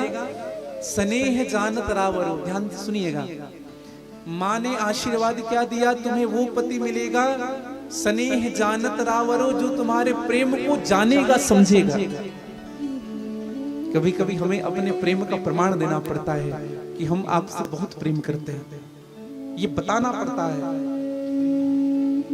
लेकिन श्रेष्ठ प्रेमी, सच्चा प्रेमी वही है जो बिन कहे प्रेमी की भाषा को समझ जाए, जो उनके प्रेम को समझ जाए। माँ ने आशीर्वाद दिया और अब तो मैया तो चली गई, भगवान भी आए हैं। माँ भगवान विश्वामित्र के सन्मुख, तो भगवान राम जी विश्वामित्र से कहने लगे, गुरुजी। हाँ बोलो राम। गुरुजी, वो अशोक वाटिका पुष्प वाटिका में ना जनक जी की बेटी आई थी जिनका नाम है जानकी, और गुरुजी वो हमें देख रही थी। अब थोड़ी ना कहे कि हम भी देख रहे थे। क्या कह रहे हैं? वो हमें देख रही थी गुरुजी। और समझ गए विश्वामित्र जी। कहा, दोनों को आशीर्वाद दिया। उनको माँ गौरी ने आशीर्वाद दी और इनको स्वयं गुरुदेव भगवान ने आशीर्वाद प्रदान किया। सुफल मनोरथ हो तुम्हारे, राम लखन सुन भय सुखारे। किसी ने पूछा, बोले भगवान राम जी तो खुश हुए, लेकिन यहाँ लिखा है राम लखन सुन भय सुखारे। राम जी भी खुश हो गए, लक्ष्मण जी भी खुश हो गए। किसी ने कहा, बोले लक्ष्मण जी क्यों खुश हो गए? बात तो राम जी की बन रही थी। तो एक संत कहते हैं लक्ष्मण जी इसलिए खुश हुए कि उस सभा में, उस वाटिका में जानकी जी के साथ मैया उर्मिला भी आई हुई थी। राम जी माँ सीता को देख रहे थे और लक्ष्मण जी उर्मिला मैया को देख रहे थे। दोनों खुश हुए। आज जनक जी महाराज लेकर के गए हैं और खूब दर्शन कराया यज्ञशाला का। धनुष यज्ञ हो रहा है, यज्ञशाला का खूब दर्शन कराया। बड़ा सुंदर भाव है भैया। देखो महाराज कितना मणिकृत भवन है, यहाँ कितना सुंदर और चटाई बिछा हुआ है, मखमली चटाई कितनी सुंदर बिछी हुई है। देखो कितना स्वर्णकित और मंडप बना हुआ है, कितने सुंदर मणि के खंभे सजे हुए हैं। और विश्वामित्र जी ने वहां का वाह कितना बढ़िया, कितना सुंदर, खूब तारीफ किया। एक बात कहें आप सबको, जिनके यहाँ अगर जाना हो ना, घर चाहे कैसा भी हो, तारीफ जरूर करना। हाँ, किसी के यहाँ अगर जाते हो ना तो तारीफ खूब करना चाहिए। कितना बढ़िया है, कितना सुंदर है। अगर तारीफ नहीं करोगे ना तो चाय भी नहीं मिलेगा। हाँ, और अगर कुछ गड़बड़ हो ना तो फिर घर जाने के बाद फोन करो, भैया वो थोड़ा बाथरूम का नल ठीक करवा ले। हाँ, वो थोड़ा ठीक नहीं था, पहले से मत करना। हाँ। और इसलिए जैसे तारीफ हुआ, सब मन से मन से अधिक, सबसे ऊंचे स्थान दिया गया है। निवेदन करूं, धनुष तोड़ने की बारी आई, सबने अपना अपना प्रयास किया। बड़ी सुंदर सुंदर भाव है। धनुष तोड़ा गया, लेकिन धनुष तोड़ उठा भी नहीं कोई पाए। तोड़ना तो बहुत दूर की बात। हाँ, क्यों नहीं तोड़ पाए? क्योंकि ये शिव का धनुष है और शंभु सरासन डिगई न कैसे कामी बचन सती मन जैसे। जिस प्रकार से कामी पुरुष किसी सती के मन को डिगा नहीं सकता है, उसी प्रकार से शिव के धनुष को कोई हिला भी नहीं सकता है। और जब कोई नहीं तोड़ पाया तो जनक जी महाराज बिगड़ गए। जनक जी ने कहा, मैं जान गया, वीर विहीन मही मैं जाना। मैं जान गया कोई किसी ने छत्तानी का दूध नहीं पिया। वीर पृथ्वी विहीन वीरों से खाली हो चुकी है। जैसे आए हो वैसे चले जाओ। अब जब सबको डांट पड़ी तो लक्ष्मण जी से रहा नहीं गया। लक्ष्मण जी खड़े हुए। लक्ष्मण जी ने कहा, महाराज जो ट्राई कर चुके हैं उनको बोलो जाने के लिए। हमने तो ट्राई किया ही नहीं और हमें भेज रहे हो। हाँ, लक्ष्मण जी ने कहा, अरे तोरऊ छत्र दंड जिमी तो प्रताप रघुनाथ। इस सड़े गले धनुष की बात करते हैं, उनको उठा करके 100 योजन दूर चला जाऊं, पूरे पृथ्वी को कच्चे घड़े के समान फोड़ फाड़ डालो, रौंद डालू, फोड़ डालूंगा, तोड़ डालूंगा। राम जी डर रहे थे, जानते हो तो कहीं गुस्से में तोड़ ना दे। राम जी विचार कर रहे हैं, जानते हो शादी हमें करनी है, ये तोड़ देगा।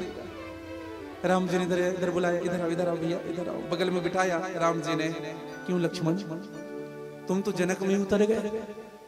आगे श्री लगा लेते, पीछे जी लगा लेते, श्री जनक जी कह लेते। तुम तो जनक ही जनक कह रहे हो, कौन है पता है? लक्ष्मण जी ने कहा, नहीं प्रभु, होने वाले ससुर हैं हमारे, अभी से संबंध बिगाड़ रहे हो तो। गुरुदेव ने कहा कि राम उठो, धनुष का खंडन करो। और भगवान राम जी आए हैं, धनुष का खंडन करते हैं। मां सीता के साथ भगवान का विवाह संपन्न हुआ। भगवान राम जी की विवाह हुई 4 के साथ। भगवान राम जी, लक्ष्मण, भरत और शत्रुघ्न, इन चारों के विवाह जनकपुर में ही हुए। जब राम और लक्ष्मण आए थे ना, तो जब बाद में बारात लेकर के भरत शत्रुघ्न आए, तो सब यही प्रार्थना करने लगे, काश इन दोनों का भी ससुराल यही बन जाता जैसे राम जी की ससुराल बने। सुंदर विवाह हुआ है। कथा इससे आती है कि भगवान जब राम ब्याही घर आए, नित नव मंगल मोद मनाए। भगवान राम जी आए हैं। भगवान राम जी को राज तिलक देना चाहते हैं, लेकिन भगवान राम जी को वनवास हुआ। भगवान वनवास गए, सुमंत साथ गया है। निखाद राज से मुलाकात हुई, सुमंत को भेज दिया गया। भगवान पंचवटी पर वास करते हैं। इधर दशरथ जी का निर्वाण पद हुआ है, इधर शूर्पणखा के नाक कान काट दिए गए। आज खरदूषण का वध किया प्रभु ने। रावण ने माया मृगा को भेजा है, मारीच को भेजा है, और भगवान को उस माया मृगा के पीछे भेज दिया गया। लक्ष्मण जी को भी जाना पड़ा, और इधर सीता का हरण रावण ने आकर के किया है। राम जी ने आकर के आश्रम को देखा, भगवान बड़े दुखित हुए। आगे प्रभु बढ़ते हैं, कबंध का उद्धार करते हैं। भगवान ने मां शबरी की कुटिया में जाकर के नौदा भक्ति सिखाई। पंपा सरोवर के समय पहुंचे हैं, नारद जी से भगवान की भेंट हुई, हनुमान जी से भेंट हुई है, सुग्रीव से मित्रता हुई है, बाली का वध हुआ है। भगवान ने अपने सभी सेनाओं को भेजा है सीता का खबर जनाने के लिए। हनुमान जी महाराज मां सीता का खबर जना करके आए। हनुमान जी ने कहा, प्रभु अब चलना पड़ेगा। भगवान हनुमान जी चले, साथ में पूरी सेना चली। सेतु बंधन हुआ है, रामेश्वर की स्थापना की गई। लंका कांड प्रवेश करते हैं। जैसे ही सेतु बंधन पार किया, भगवान लंका पहुंचे, लंका कांड प्रारंभ हुआ, युद्ध हुआ है। भगवान ने कुंभकर्ण का वध किया, मेघनाद का वध किया। रावण सन्मुख है, 31 बाण संधाने भगवान ने। खैच सरासन सरोण लगी, छाड़े सर 31, रघुनायक सहायक चले मानव खाल पनिस। 10 शीश को काट करके गिराया, 20 भुजाओं को काट करके गिराया। एक बाण रावण के पेट पर लगा है। रावण धड़ाम से जमीन पर गिरा। एक बार कहा राम। रावण की मृत्यु हुई। पुष्पक विमान लेकर के आया गया। मां सीता को अग्नि परीक्षा देना पड़ा। एक निवेदन करूं आप सबसे, सभी सनातनी ध्यान से सुनेंगे आप सबसे जो मैं प्रार्थना करने जा रहा हूं। मां सीता की अग्नि परीक्षा नहीं हुई है। हाँ, कई विधर्मी लोग कहते हैं, हमारे सनातन धर्म को बदनाम करने वाले भगवान राम के ऊपर उंगली उठाते हैं। उनको अपनी पत्नी पर भरोसा नहीं था कि उन्होंने अपनी पत्नी से अग्नि परीक्षा ले ली। प्रार्थना करो उन सबसे। दरअसल भगवान राम ने अग्नि परीक्षा ली ही नहीं। दर्शन करिएगा, पंचवटी में जब भगवान राम वास करते हैं, मां सीता के साथ संवाद करते हैं। भगवान राम ने मां सीता से कहा था कि सीता, अब मैं लीला करने जा रहा हूं, इसलिए तुम अग्नि में वास करो। अग्नि। अच्छी बात बताइए, बहू सबसे अधिक सुरक्षित कहां रहती है?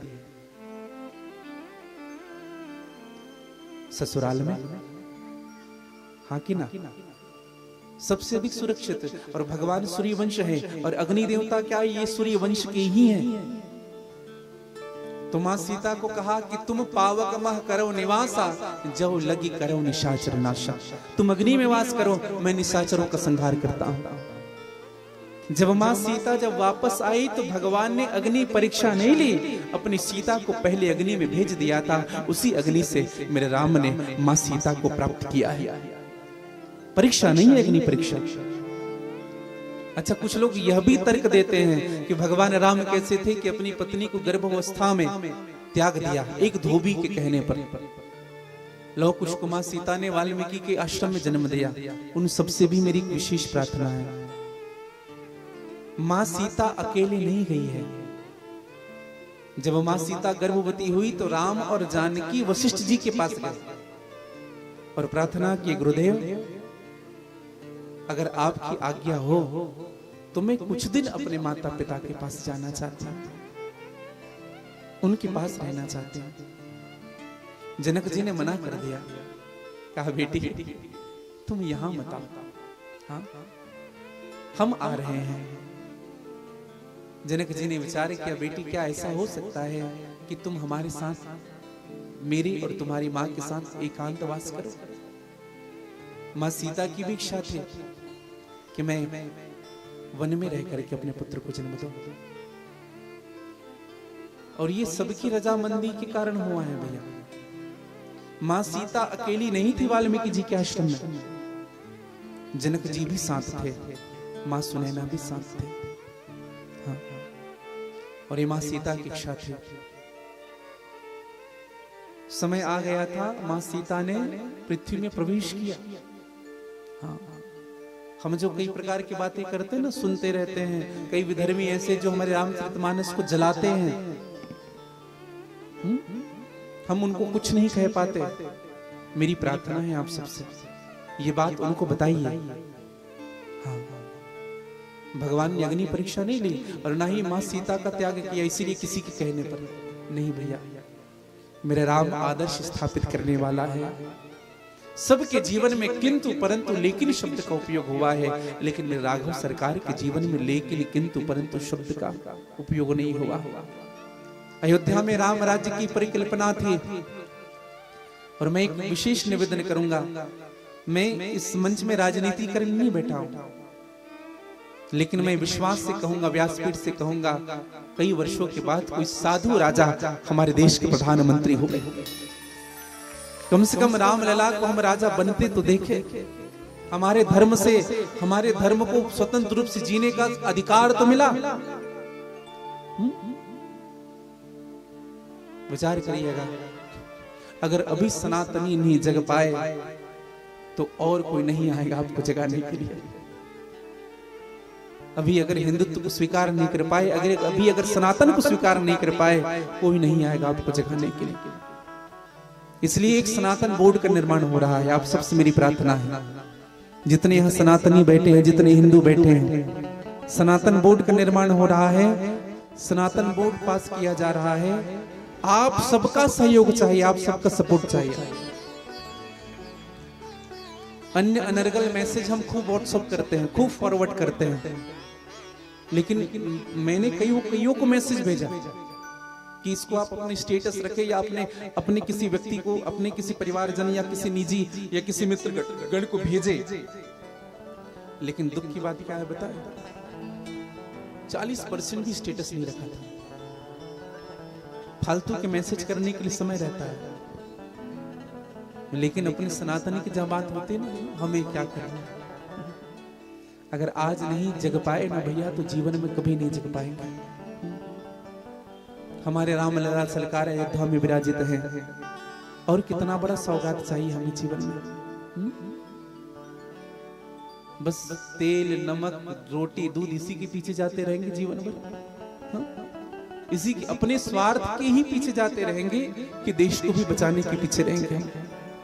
प्रार्थना है आप सबसे, धर्म की रक्षा जो करता है, धर्म भी उनकी रक्षा करता है।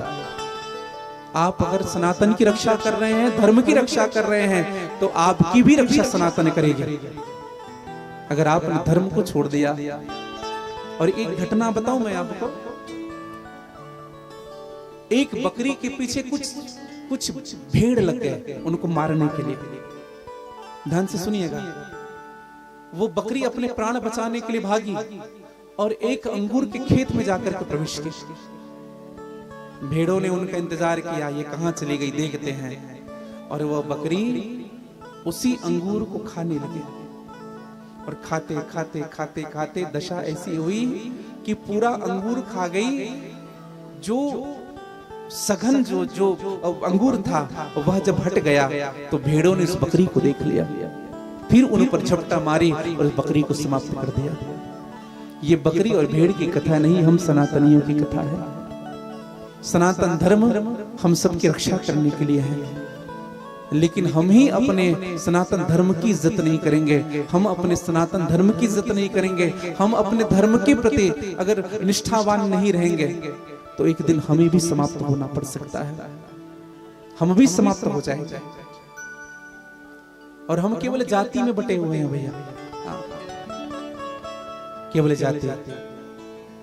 कई अपने आप को जैनिज्म कहते हैं, कई अपने आप को बौद्धिज्म कहते हैं।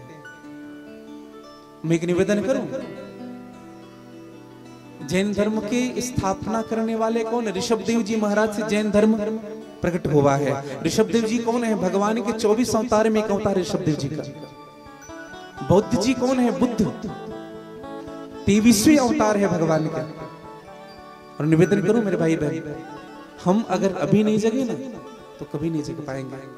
कोई अपने आप को बनिया कह रहा है, कोई अग्रवाल कह रहा है, कोई अपने आप को यादव कह रहा है, कोई ये कह रहा है, कोई वो कह रहा है। कई लोग ये भी कहते हैं कि ये गैर हिंदू है, ये हमारा हिंदू नहीं है। हमें तो आज तक से समझ नहीं आया कि गैर हिंदू किसे कहते हैं। हम उन भाइयों को छोड़ देते हैं जिनको कोई पूछ नहीं रहा है, और जब वो हमारे धर्म को छोड़ करके जब अपना धर्म बदलते हैं तब हमको दुख लगता है। हमसे दूर होने के कारण हम स्वयं हैं। मेरी प्रार्थना है आप सबसे हाथ जोड़ करके, सनातन में धर्म में 4 भाई है, ब्राह्मण क्षत्रिय वैश्य शूद्र, कोई छोटा कोई बड़ा नहीं है, सब भाई हैं एक दूसरे के। एक दूसरे के साथ जब तक से हाथ नहीं मिलाएंगे तब तक से हमारा सनातन सुदृढ़ होने वाला नहीं है। एक संत ने तो एक बड़ी सुंदर बात कही, कंधों से ऊंची छाती नहीं होती, कंधों से ऊंची छाती नहीं होती, धर्म से बड़ी कोई जाति नहीं होती। अरे दीपक ही नहीं बचा तो बाती का क्या करोगे, सनातन धर्म ही नहीं बचेगा तो जाति का क्या करोगे।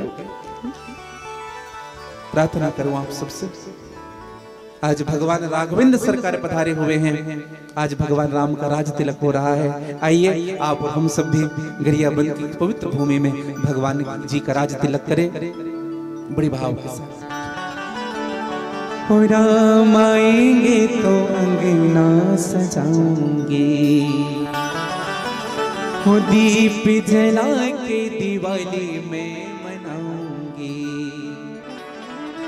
हो मेरी झोपड़ी के बाग आज खुल जाएंगे, राम आएंगे मेरी झोपड़ी के बाग आज खुल जाएंगे, राम आएंगे मेरी झोपड़ी के बाग आज खुल जाएंगे, राम आएंगे मेरी झोपड़ी के बाग आज खुल जाएंगे, राम आएंगे।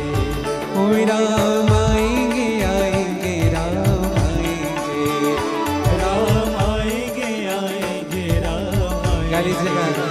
ओ राम आएंगे आएंगे राम आएंगे, राम आएंगे आएंगे राम आएंगे।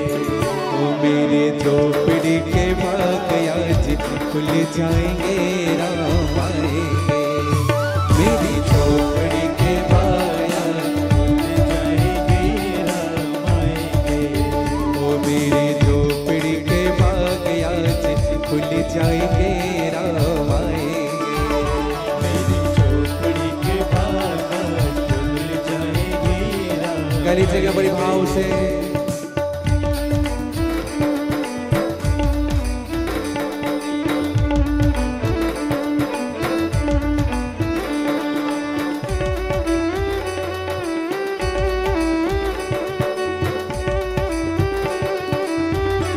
एक बार कह दीजिए जय जय श्री राम, जय जय श्री राम।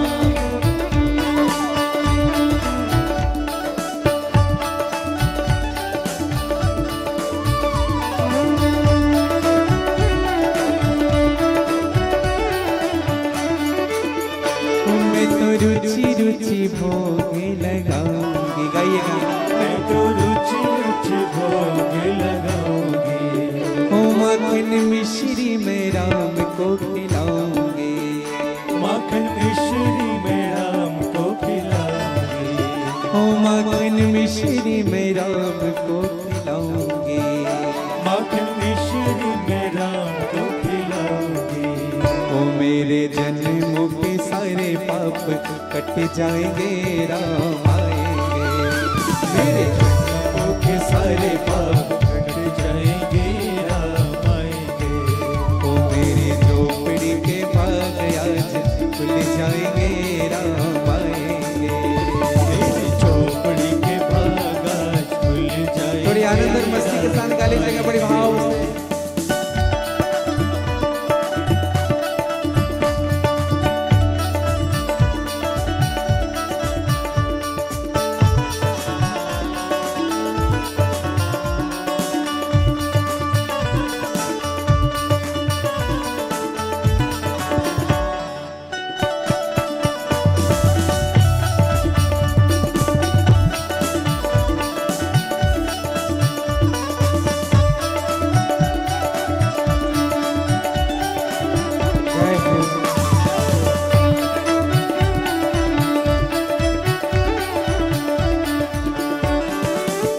सन्ना जी, 5 किसी बुजुर्ग को या परिवार से बुला लीजिए और राम जी का राज तिलक करेंगे। हमारे आचार्य जी पहले करेंगे वशिष्ठ के रूप में, फिर आप 5 को बुला लेंगे और भगवान से हम प्रार्थना करेंगे गरियाबंद में राम राज्य की स्थापना जो हो रही है, सिन्हा परिवार के द्वारा इस आयोजन में राम राज्य की स्थापना हम सब मिलकर के बड़ी भूमते हुए बड़ी भाव के साथ। ओ मेरा जन्म सफल हो जाएगा, मेरा जन्म सफल हो जाएगा। ओ तन झूमेगा मन गीत गाएगा, तन झूमेगा मन गीत गाएगा। ओ मेरा जन्म सफल हो जाएगा, मेरा जन्म सफल हो जाएगा। ओ तन झूमेगा मन गीत गाएगा, तन झूमेगा मन गीत गाएगा। प्यारी प्यारी सीता प्यारी प्यारी सीता, प्यारे प्यारे राम आएंगे, राम आएंगे। प्यारी प्यारी सीता, प्यारे प्यारे राम आएंगे, राम आएंगे। मेरी झोपड़ी के बाग आज खुल जाएंगे, राम आएंगे। झोपड़ी के बाग आज खुल जाएंगे, राम आएंगे। ओ मेरी झोपड़ी के बाग आज खुल जाएंगे, राम आएंगे। मेरी झोपड़ी के बाग आज खुल जाएंगे, राम आएंगे। यह है रामचरितमानस। आइए प्रवेश करते हैं 10वें स्कंद में। भगवान सुखदेव जी महाराज ने परीक्षित से कहा, परीक्षित जब जब अधर्म बढ़ने लगता है तब तक धर्म की स्थापना करने भगवान पधारते हैं। जब जब होई धर्म की हानि, बाढ़े असुर अधम अभिमानी। जब जब होए धर्म की हानि, बाढ़े असुर अधम अभिमानी। तब तब धरि प्रभु मनुज शरीरा, तब तब धरे प्रभु मनुज शरीरा। करे कृपा निधि सजन तेरा, करे कृपा निधि सजन तेरा। परम पवित्र पावन नगरी है मथुरा। मथुरा के राजा हुए उग्रसेन जी। उग्रसेन की पत्नी है पवन रेखा। पवन रेखा ने एक पुत्र को जन्म दिया जिनका नाम हुआ कंस। कंस जब जन्म लिया तो उग्रसेन जी ने देखा कि ये पुत्र अच्छा नहीं है, क्योंकि जब जन्म लिया तो अपशकुन होने लगा। तो कंस को यमुना जी में बहा दिया। कंस को सूर्यसेन जी ने लालन पालन किया है कंस का। कंस जब बड़ा हुआ तो उनको पता है कि ये मेरे पिता हैं। पंडित जी ने बताया उग्रसेन तुम्हारे पिता हैं। कंस ने आकर के अपने पिता को आसन से नीचे उतार दिया और स्वयं राजा बन गए। कंस की एक बहन है जिनका नाम है देवकी। बैठ जाएंगे। 5 मिनट विराज जाइएगा। भगवान का उत्सव, भगवान का जन्म उत्सव आप और हम सब मिलकर के मनाएंगे। बोले राघवेंद्र सरकार के जय। आज कंस ने अपनी बहन का विवाह वसुदेव के साथ किया और जैसे वसुदेव के साथ विवाह हुआ है, कंस स्वयं छोड़ने के लिए गया। रथारूढ़ हुए कंस गड़गड़ गड़गड़ रथ आगे बढ़ने लगे। जैसे ही मथुरा से बाहर निकले थे, अचानक आकाशवाणी हुई, कंस जिस बहन को तू अपने प्रेम से अपने साथ ले जा रहा है, इसी बहन का, इसी देवकी का 8वां गर्भ तेरा काल बनेगा। कंस ने जो सुना, बहन की चोटी पकड़ करके मारना चाहा। उस देव ने कहा कि महाराज क्षमा करिएगा। आकाशवाणी ने यह कहा है कि देवकी का 8वां गर्भ काल है। आकाशवाणी ने यह नहीं कहा कि देवकी काल है। मैं वचन देता हूं, जो भी संतान होगा ला करके मैं आपको समर्पित कर दूंगा। और कथा ऐसी आती है कि कंस ने देवकी और वसुदेव को कारागार में डलवा दिया और कारागार में देवकी ने एक पुत्र को जन्म दिया। और ऐसे करते हुए धीरे धीरे करके देवकी ने 6 पुत्रों को जन्म दिया। जय जय विराजी। 6 को समाप्त किया कंस ने। 7वां गर्भ ठहरा देवकी का संकर्षण के माध्यम से रोहिणी के गर्भ में भेजा गया और रोहिणी ने एक पुत्र को जन्म दिया जिनका नाम हुआ बलभद्र जी महाराज। बोले बलभद्र भगवान के जय। इधर माँ देवकी विचार करने लगी, अब मेरा कौन है। अब तो भगवान को बुलाने लगी, प्रभु अब केवल आप ही हैं।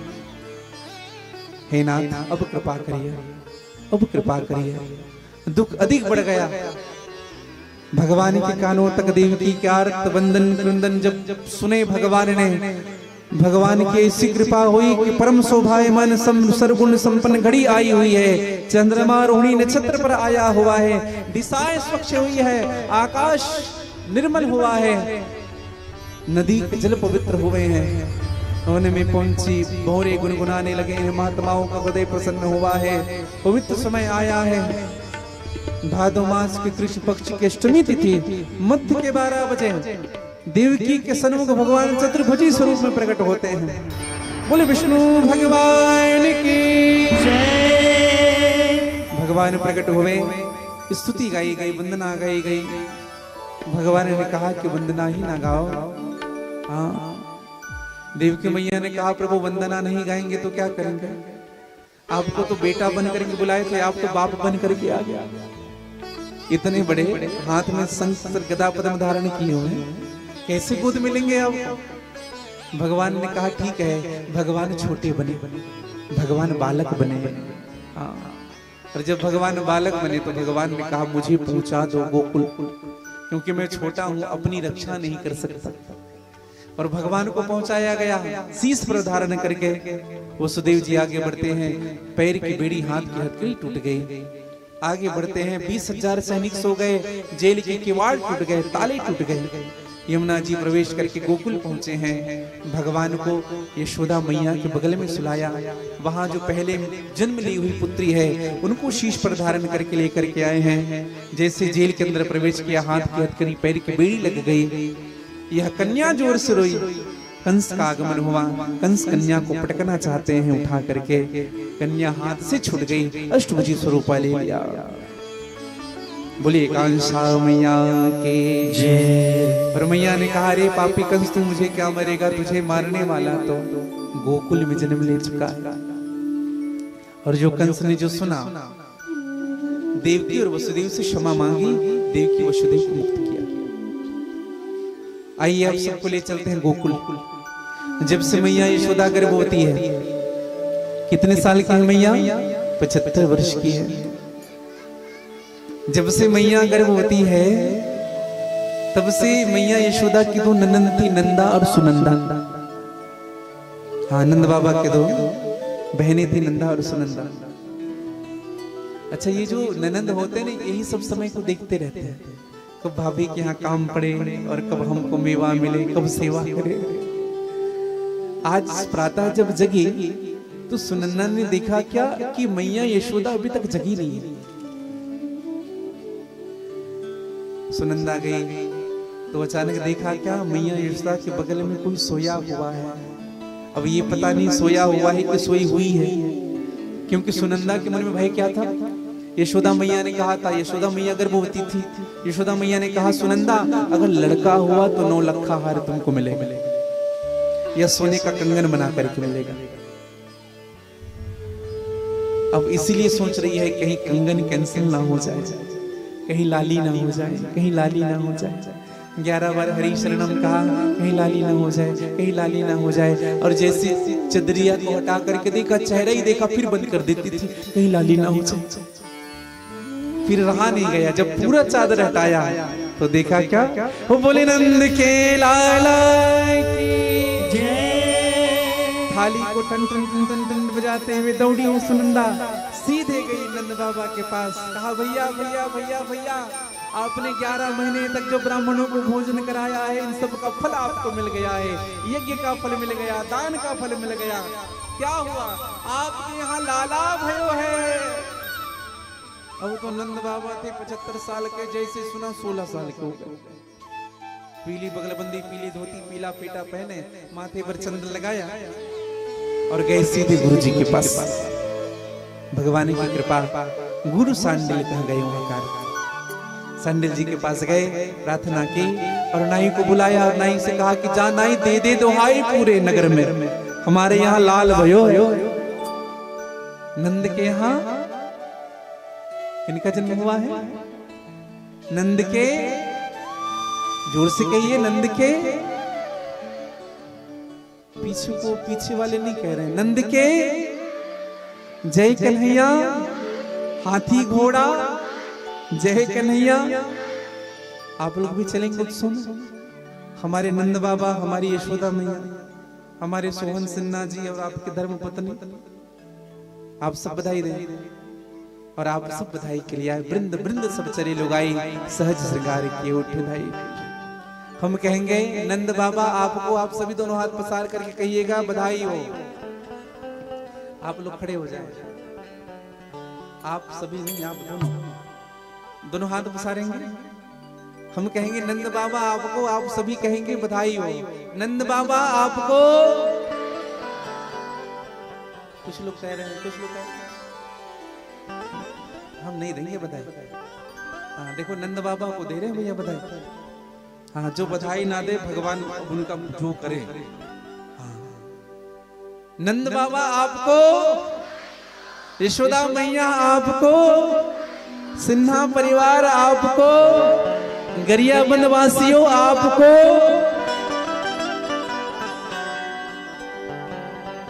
थोड़ी आनंद के साथ गा लीजिएगा, बड़े भाव के साथ गा लीजिएगा। लाला जन्म सुनी आई, यशोदा मैया दे दे बधाई। थोड़ी आनंद और मस्ती के साथ झूमते हो।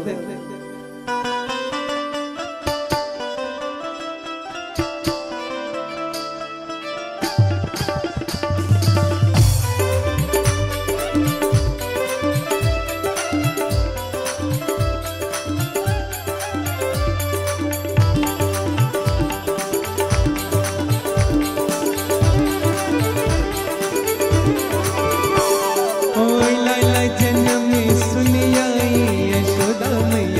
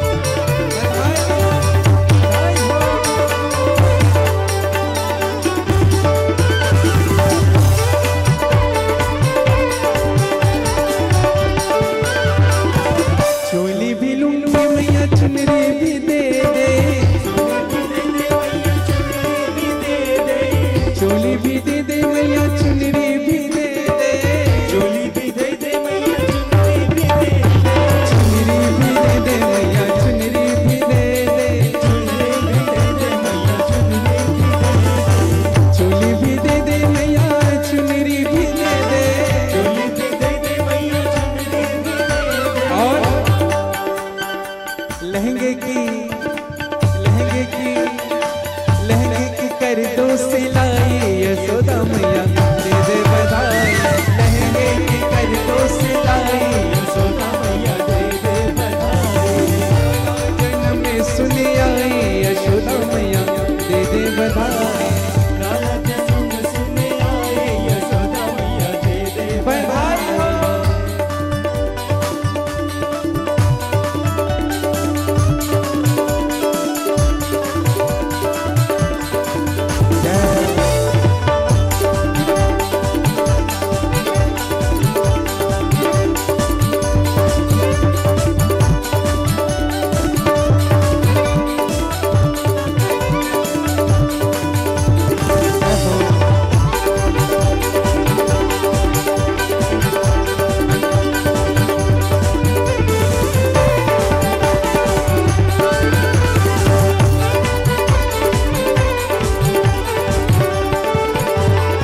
हरी भी दे दे मैया कंगना भी दे दे, हार भी दे दे मैया कंगना भी दे दे, हरी भी दे दे मैया कंगना भी दे दे, हार भी दे दे मैया कंगना भी दे दे, मोहे कंगना भी दे दे मैया कंगना भी दे दे, कंगना भी दे दे मैया कंगना भी दे दे, ओ कंगना भी दे दे मैया कंगना भी दे दे, कंगना भी दे दे मैया कंगना भी दे दे, हरी भी दे दे मैया कंगना भी दे दे। हार भी दे दे मैया कंगना भी दे दे। देखिए नंद बाबा जी, पीछे सबको मिलना चाहिए, जिनको ना मिले वो सिन्हा परिवार से शिकायत जरूर करिएगा, सबको मिलना चाहिए। और बड़ी भाव के साथ नथनी की करते गढ़ाई, हो नथनी की करते गढ़ाई यशोदा मैया दे दे बधाई, नथनी की कर दे कढ़ाई यशोदा मैया दे दे बधाई, हो नथनी की करते गढ़ाई यशोदा मैया दे दे बधाई, नथनी की कर दे कढ़ाई यशोदा मैया दे दे बधाई हो।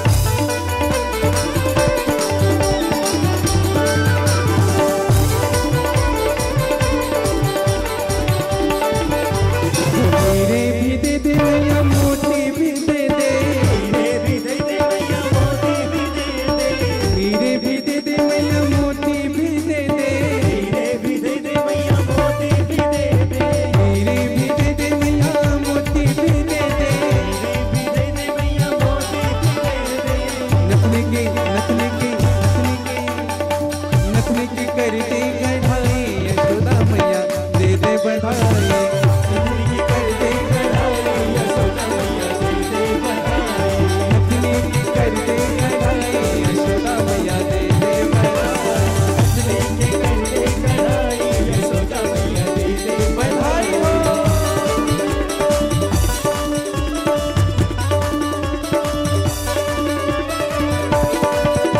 पीछे वाले जन हाथ और सारे करके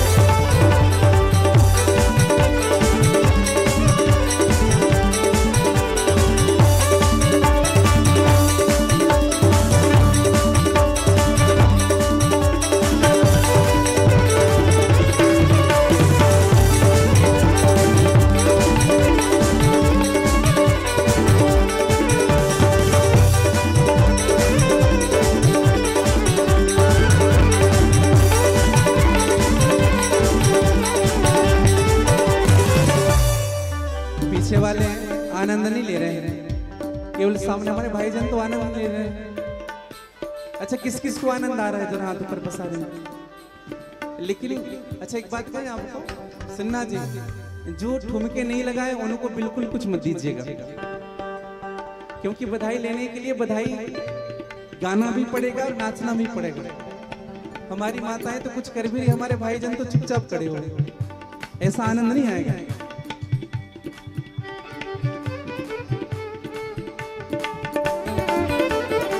जय हो।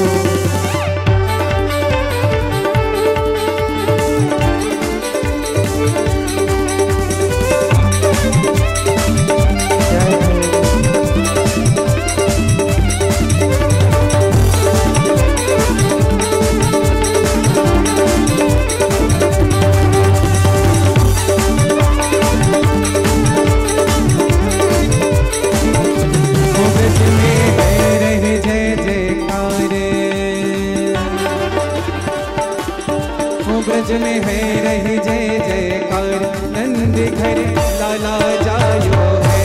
ब्रज में है रही जय जयकार, नंद घर लाला जायो है।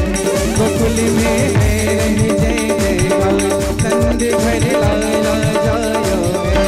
गोकुल में है रही जय जयकार, नंद घर लाला जायो है। ओ लाला जायो है, नंद घर लाला जायो है। ओ लाला जायो है, नंद घर लाला जायो है। ओ लाला जायो है, नंद घर लाला जायो है। ओ लाला जायो है, नंद घर लाला जायो है। हो ब्रज में जय हो। ऐसे नहीं होगा। अब हम जब कहें हो ब्रज में, आप सब उछलेंगे। अब हम देखें कौन कितना अधिक उछलता है। देखिए को पंडाल कौन छूता है ऊपर उछल कर। लाला जायो है, नंदी घर लाला जायो है। हो ब्रज में उछलिए। नंद बाबा इतने उछल रहे हैं 75 साल के। हो ब्रज में ऐसे हाथ उठाने से उछलना नहीं होता। पैर कम से कम छोड़े पृथ्वी से नीचे, थोड़ा धरती से ऊपर उठिए, थोड़ा आनंद के साथ। हो ब्रज में, हो ब्रज में, हो ब्रज में है रही जय जयकार, नंद घर लाला जायो है। हो ब्रज में है रही जय जयकार, नंद घर लाला जायो है। हो ब्रज में है रही जय जयकार, नंद घर लाला जायो है। हो ब्रज में है रही जय जयकार, नंद घर लाला जायो। बधाई हो।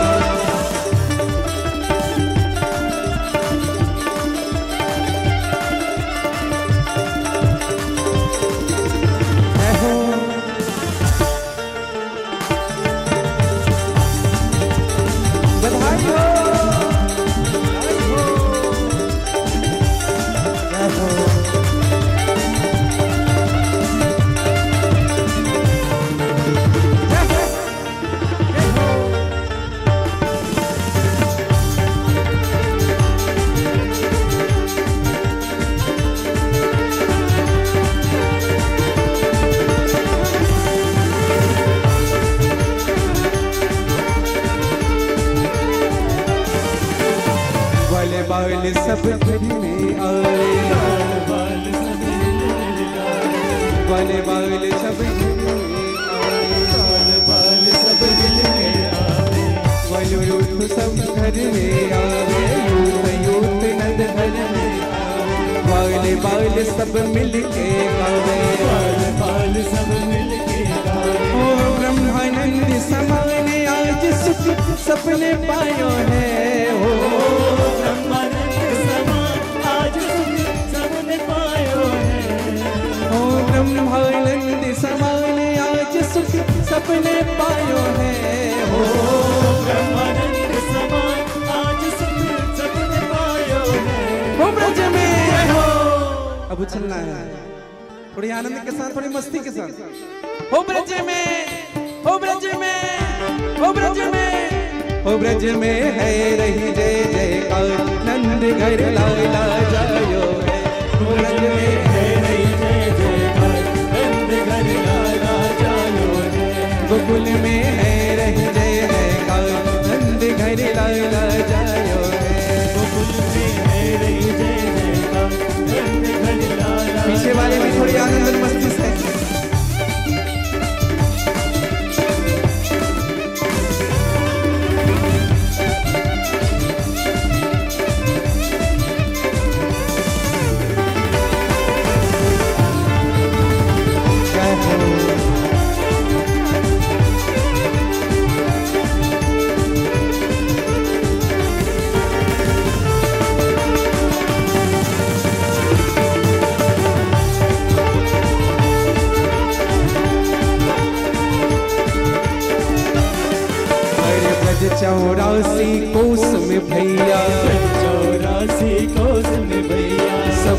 कहे धन्य यशोदा मैया, सब कहे धन्य यशोदा मैया, ब्रज 84 कोस में भैया, 84 कोस में भैया, सब कहे धन्य यशोदा मैया, सब कहे धन्य यशोदा मैया। बधाई हो बधाई, बधाई हो बधाई, बधाई हो बधाई, बधाई हो बधाई, नंद के आनंद भयो, बधाई हो बधाई, नंद के आनंद भयो, बधाई हो बधाई, क्रिया बंदानंद भयो, बधाई हो बधाई, अरे क्रिया बंदानंद भयो, बधाई हो बधाई, बधाई हो बधाई, बधाई हो बधाई, अरे ब्रज 84 कोस में भैया, 84 कोस में भैया, धन्य कहे धन्य यशोदा मैया। ओ 80 साल की आयु में सुत ऐसो जायो है, हो 80 साल की आयु में सुत ऐसो जायो है। देखिए नंद बाबा जी, सुनिए नंद बाबा जी, लड्डू सबको देना है, ऐसा नहीं कि सामने वाले को बांट दिए पीछे वाले को लड्डू ना मिले। जिनको ना मिले सिन्हा परिवार से शिकायत जरूर करिएगा, मैं बार बार बोल रहा हूँ। पीछे वालों को भी लड्डू मिले, इस बात का ध्यान रखें। अच्छा किस किस को नहीं मिला वो जरा हाथ ऊपर करें। सिन्हा जी उधर देखिए, और थोड़ी आनंद के साथ, बड़ी आनंद के साथ। हो 80 साल की आयु में सुत ऐसो जायो है, हो 80 साल की आयु में सुत ऐसो जायो है। हो 80 साल की आयु में सुत ऐसो जायो है, हो 80 साल की आयु में सुत ऐसो जायो है। हो ब्रज में, थोड़ा उछलिए अंतिम बार, हो ब्रज में। सभी को उछलना है, देखते हैं जो सबसे अधिक उछलेगा उसके लिए विशेष पुरस्कार है। हो ब्रज में, आप लोग आनंद से आनंद लीजिएगा। हो ब्रज में, हो ब्रज में, हो ब्रज में गए रही जय जय आनंद घर लाला जायो,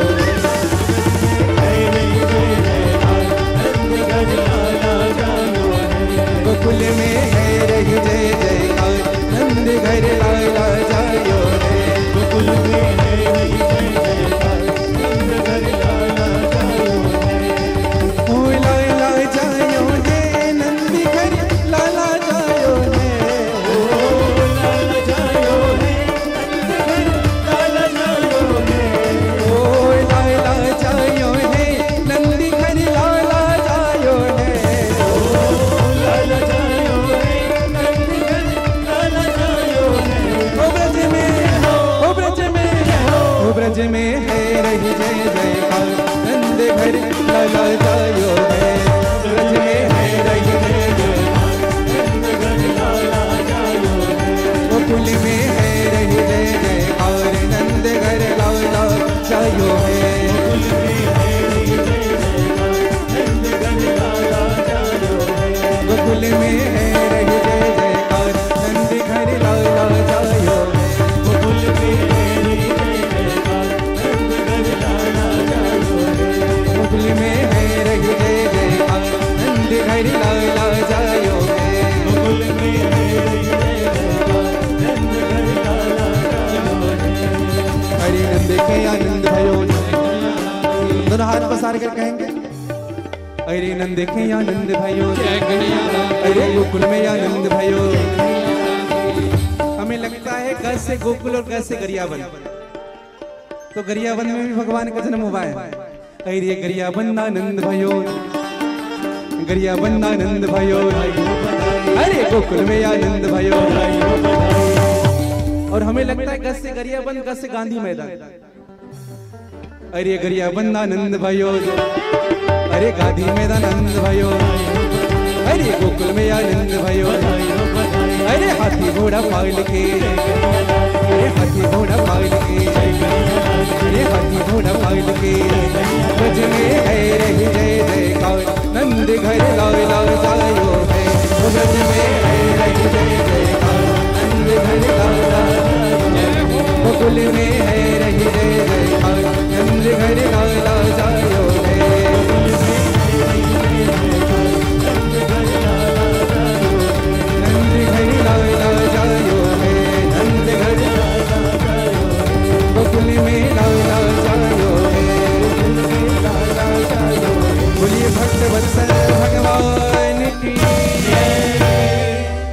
राधे।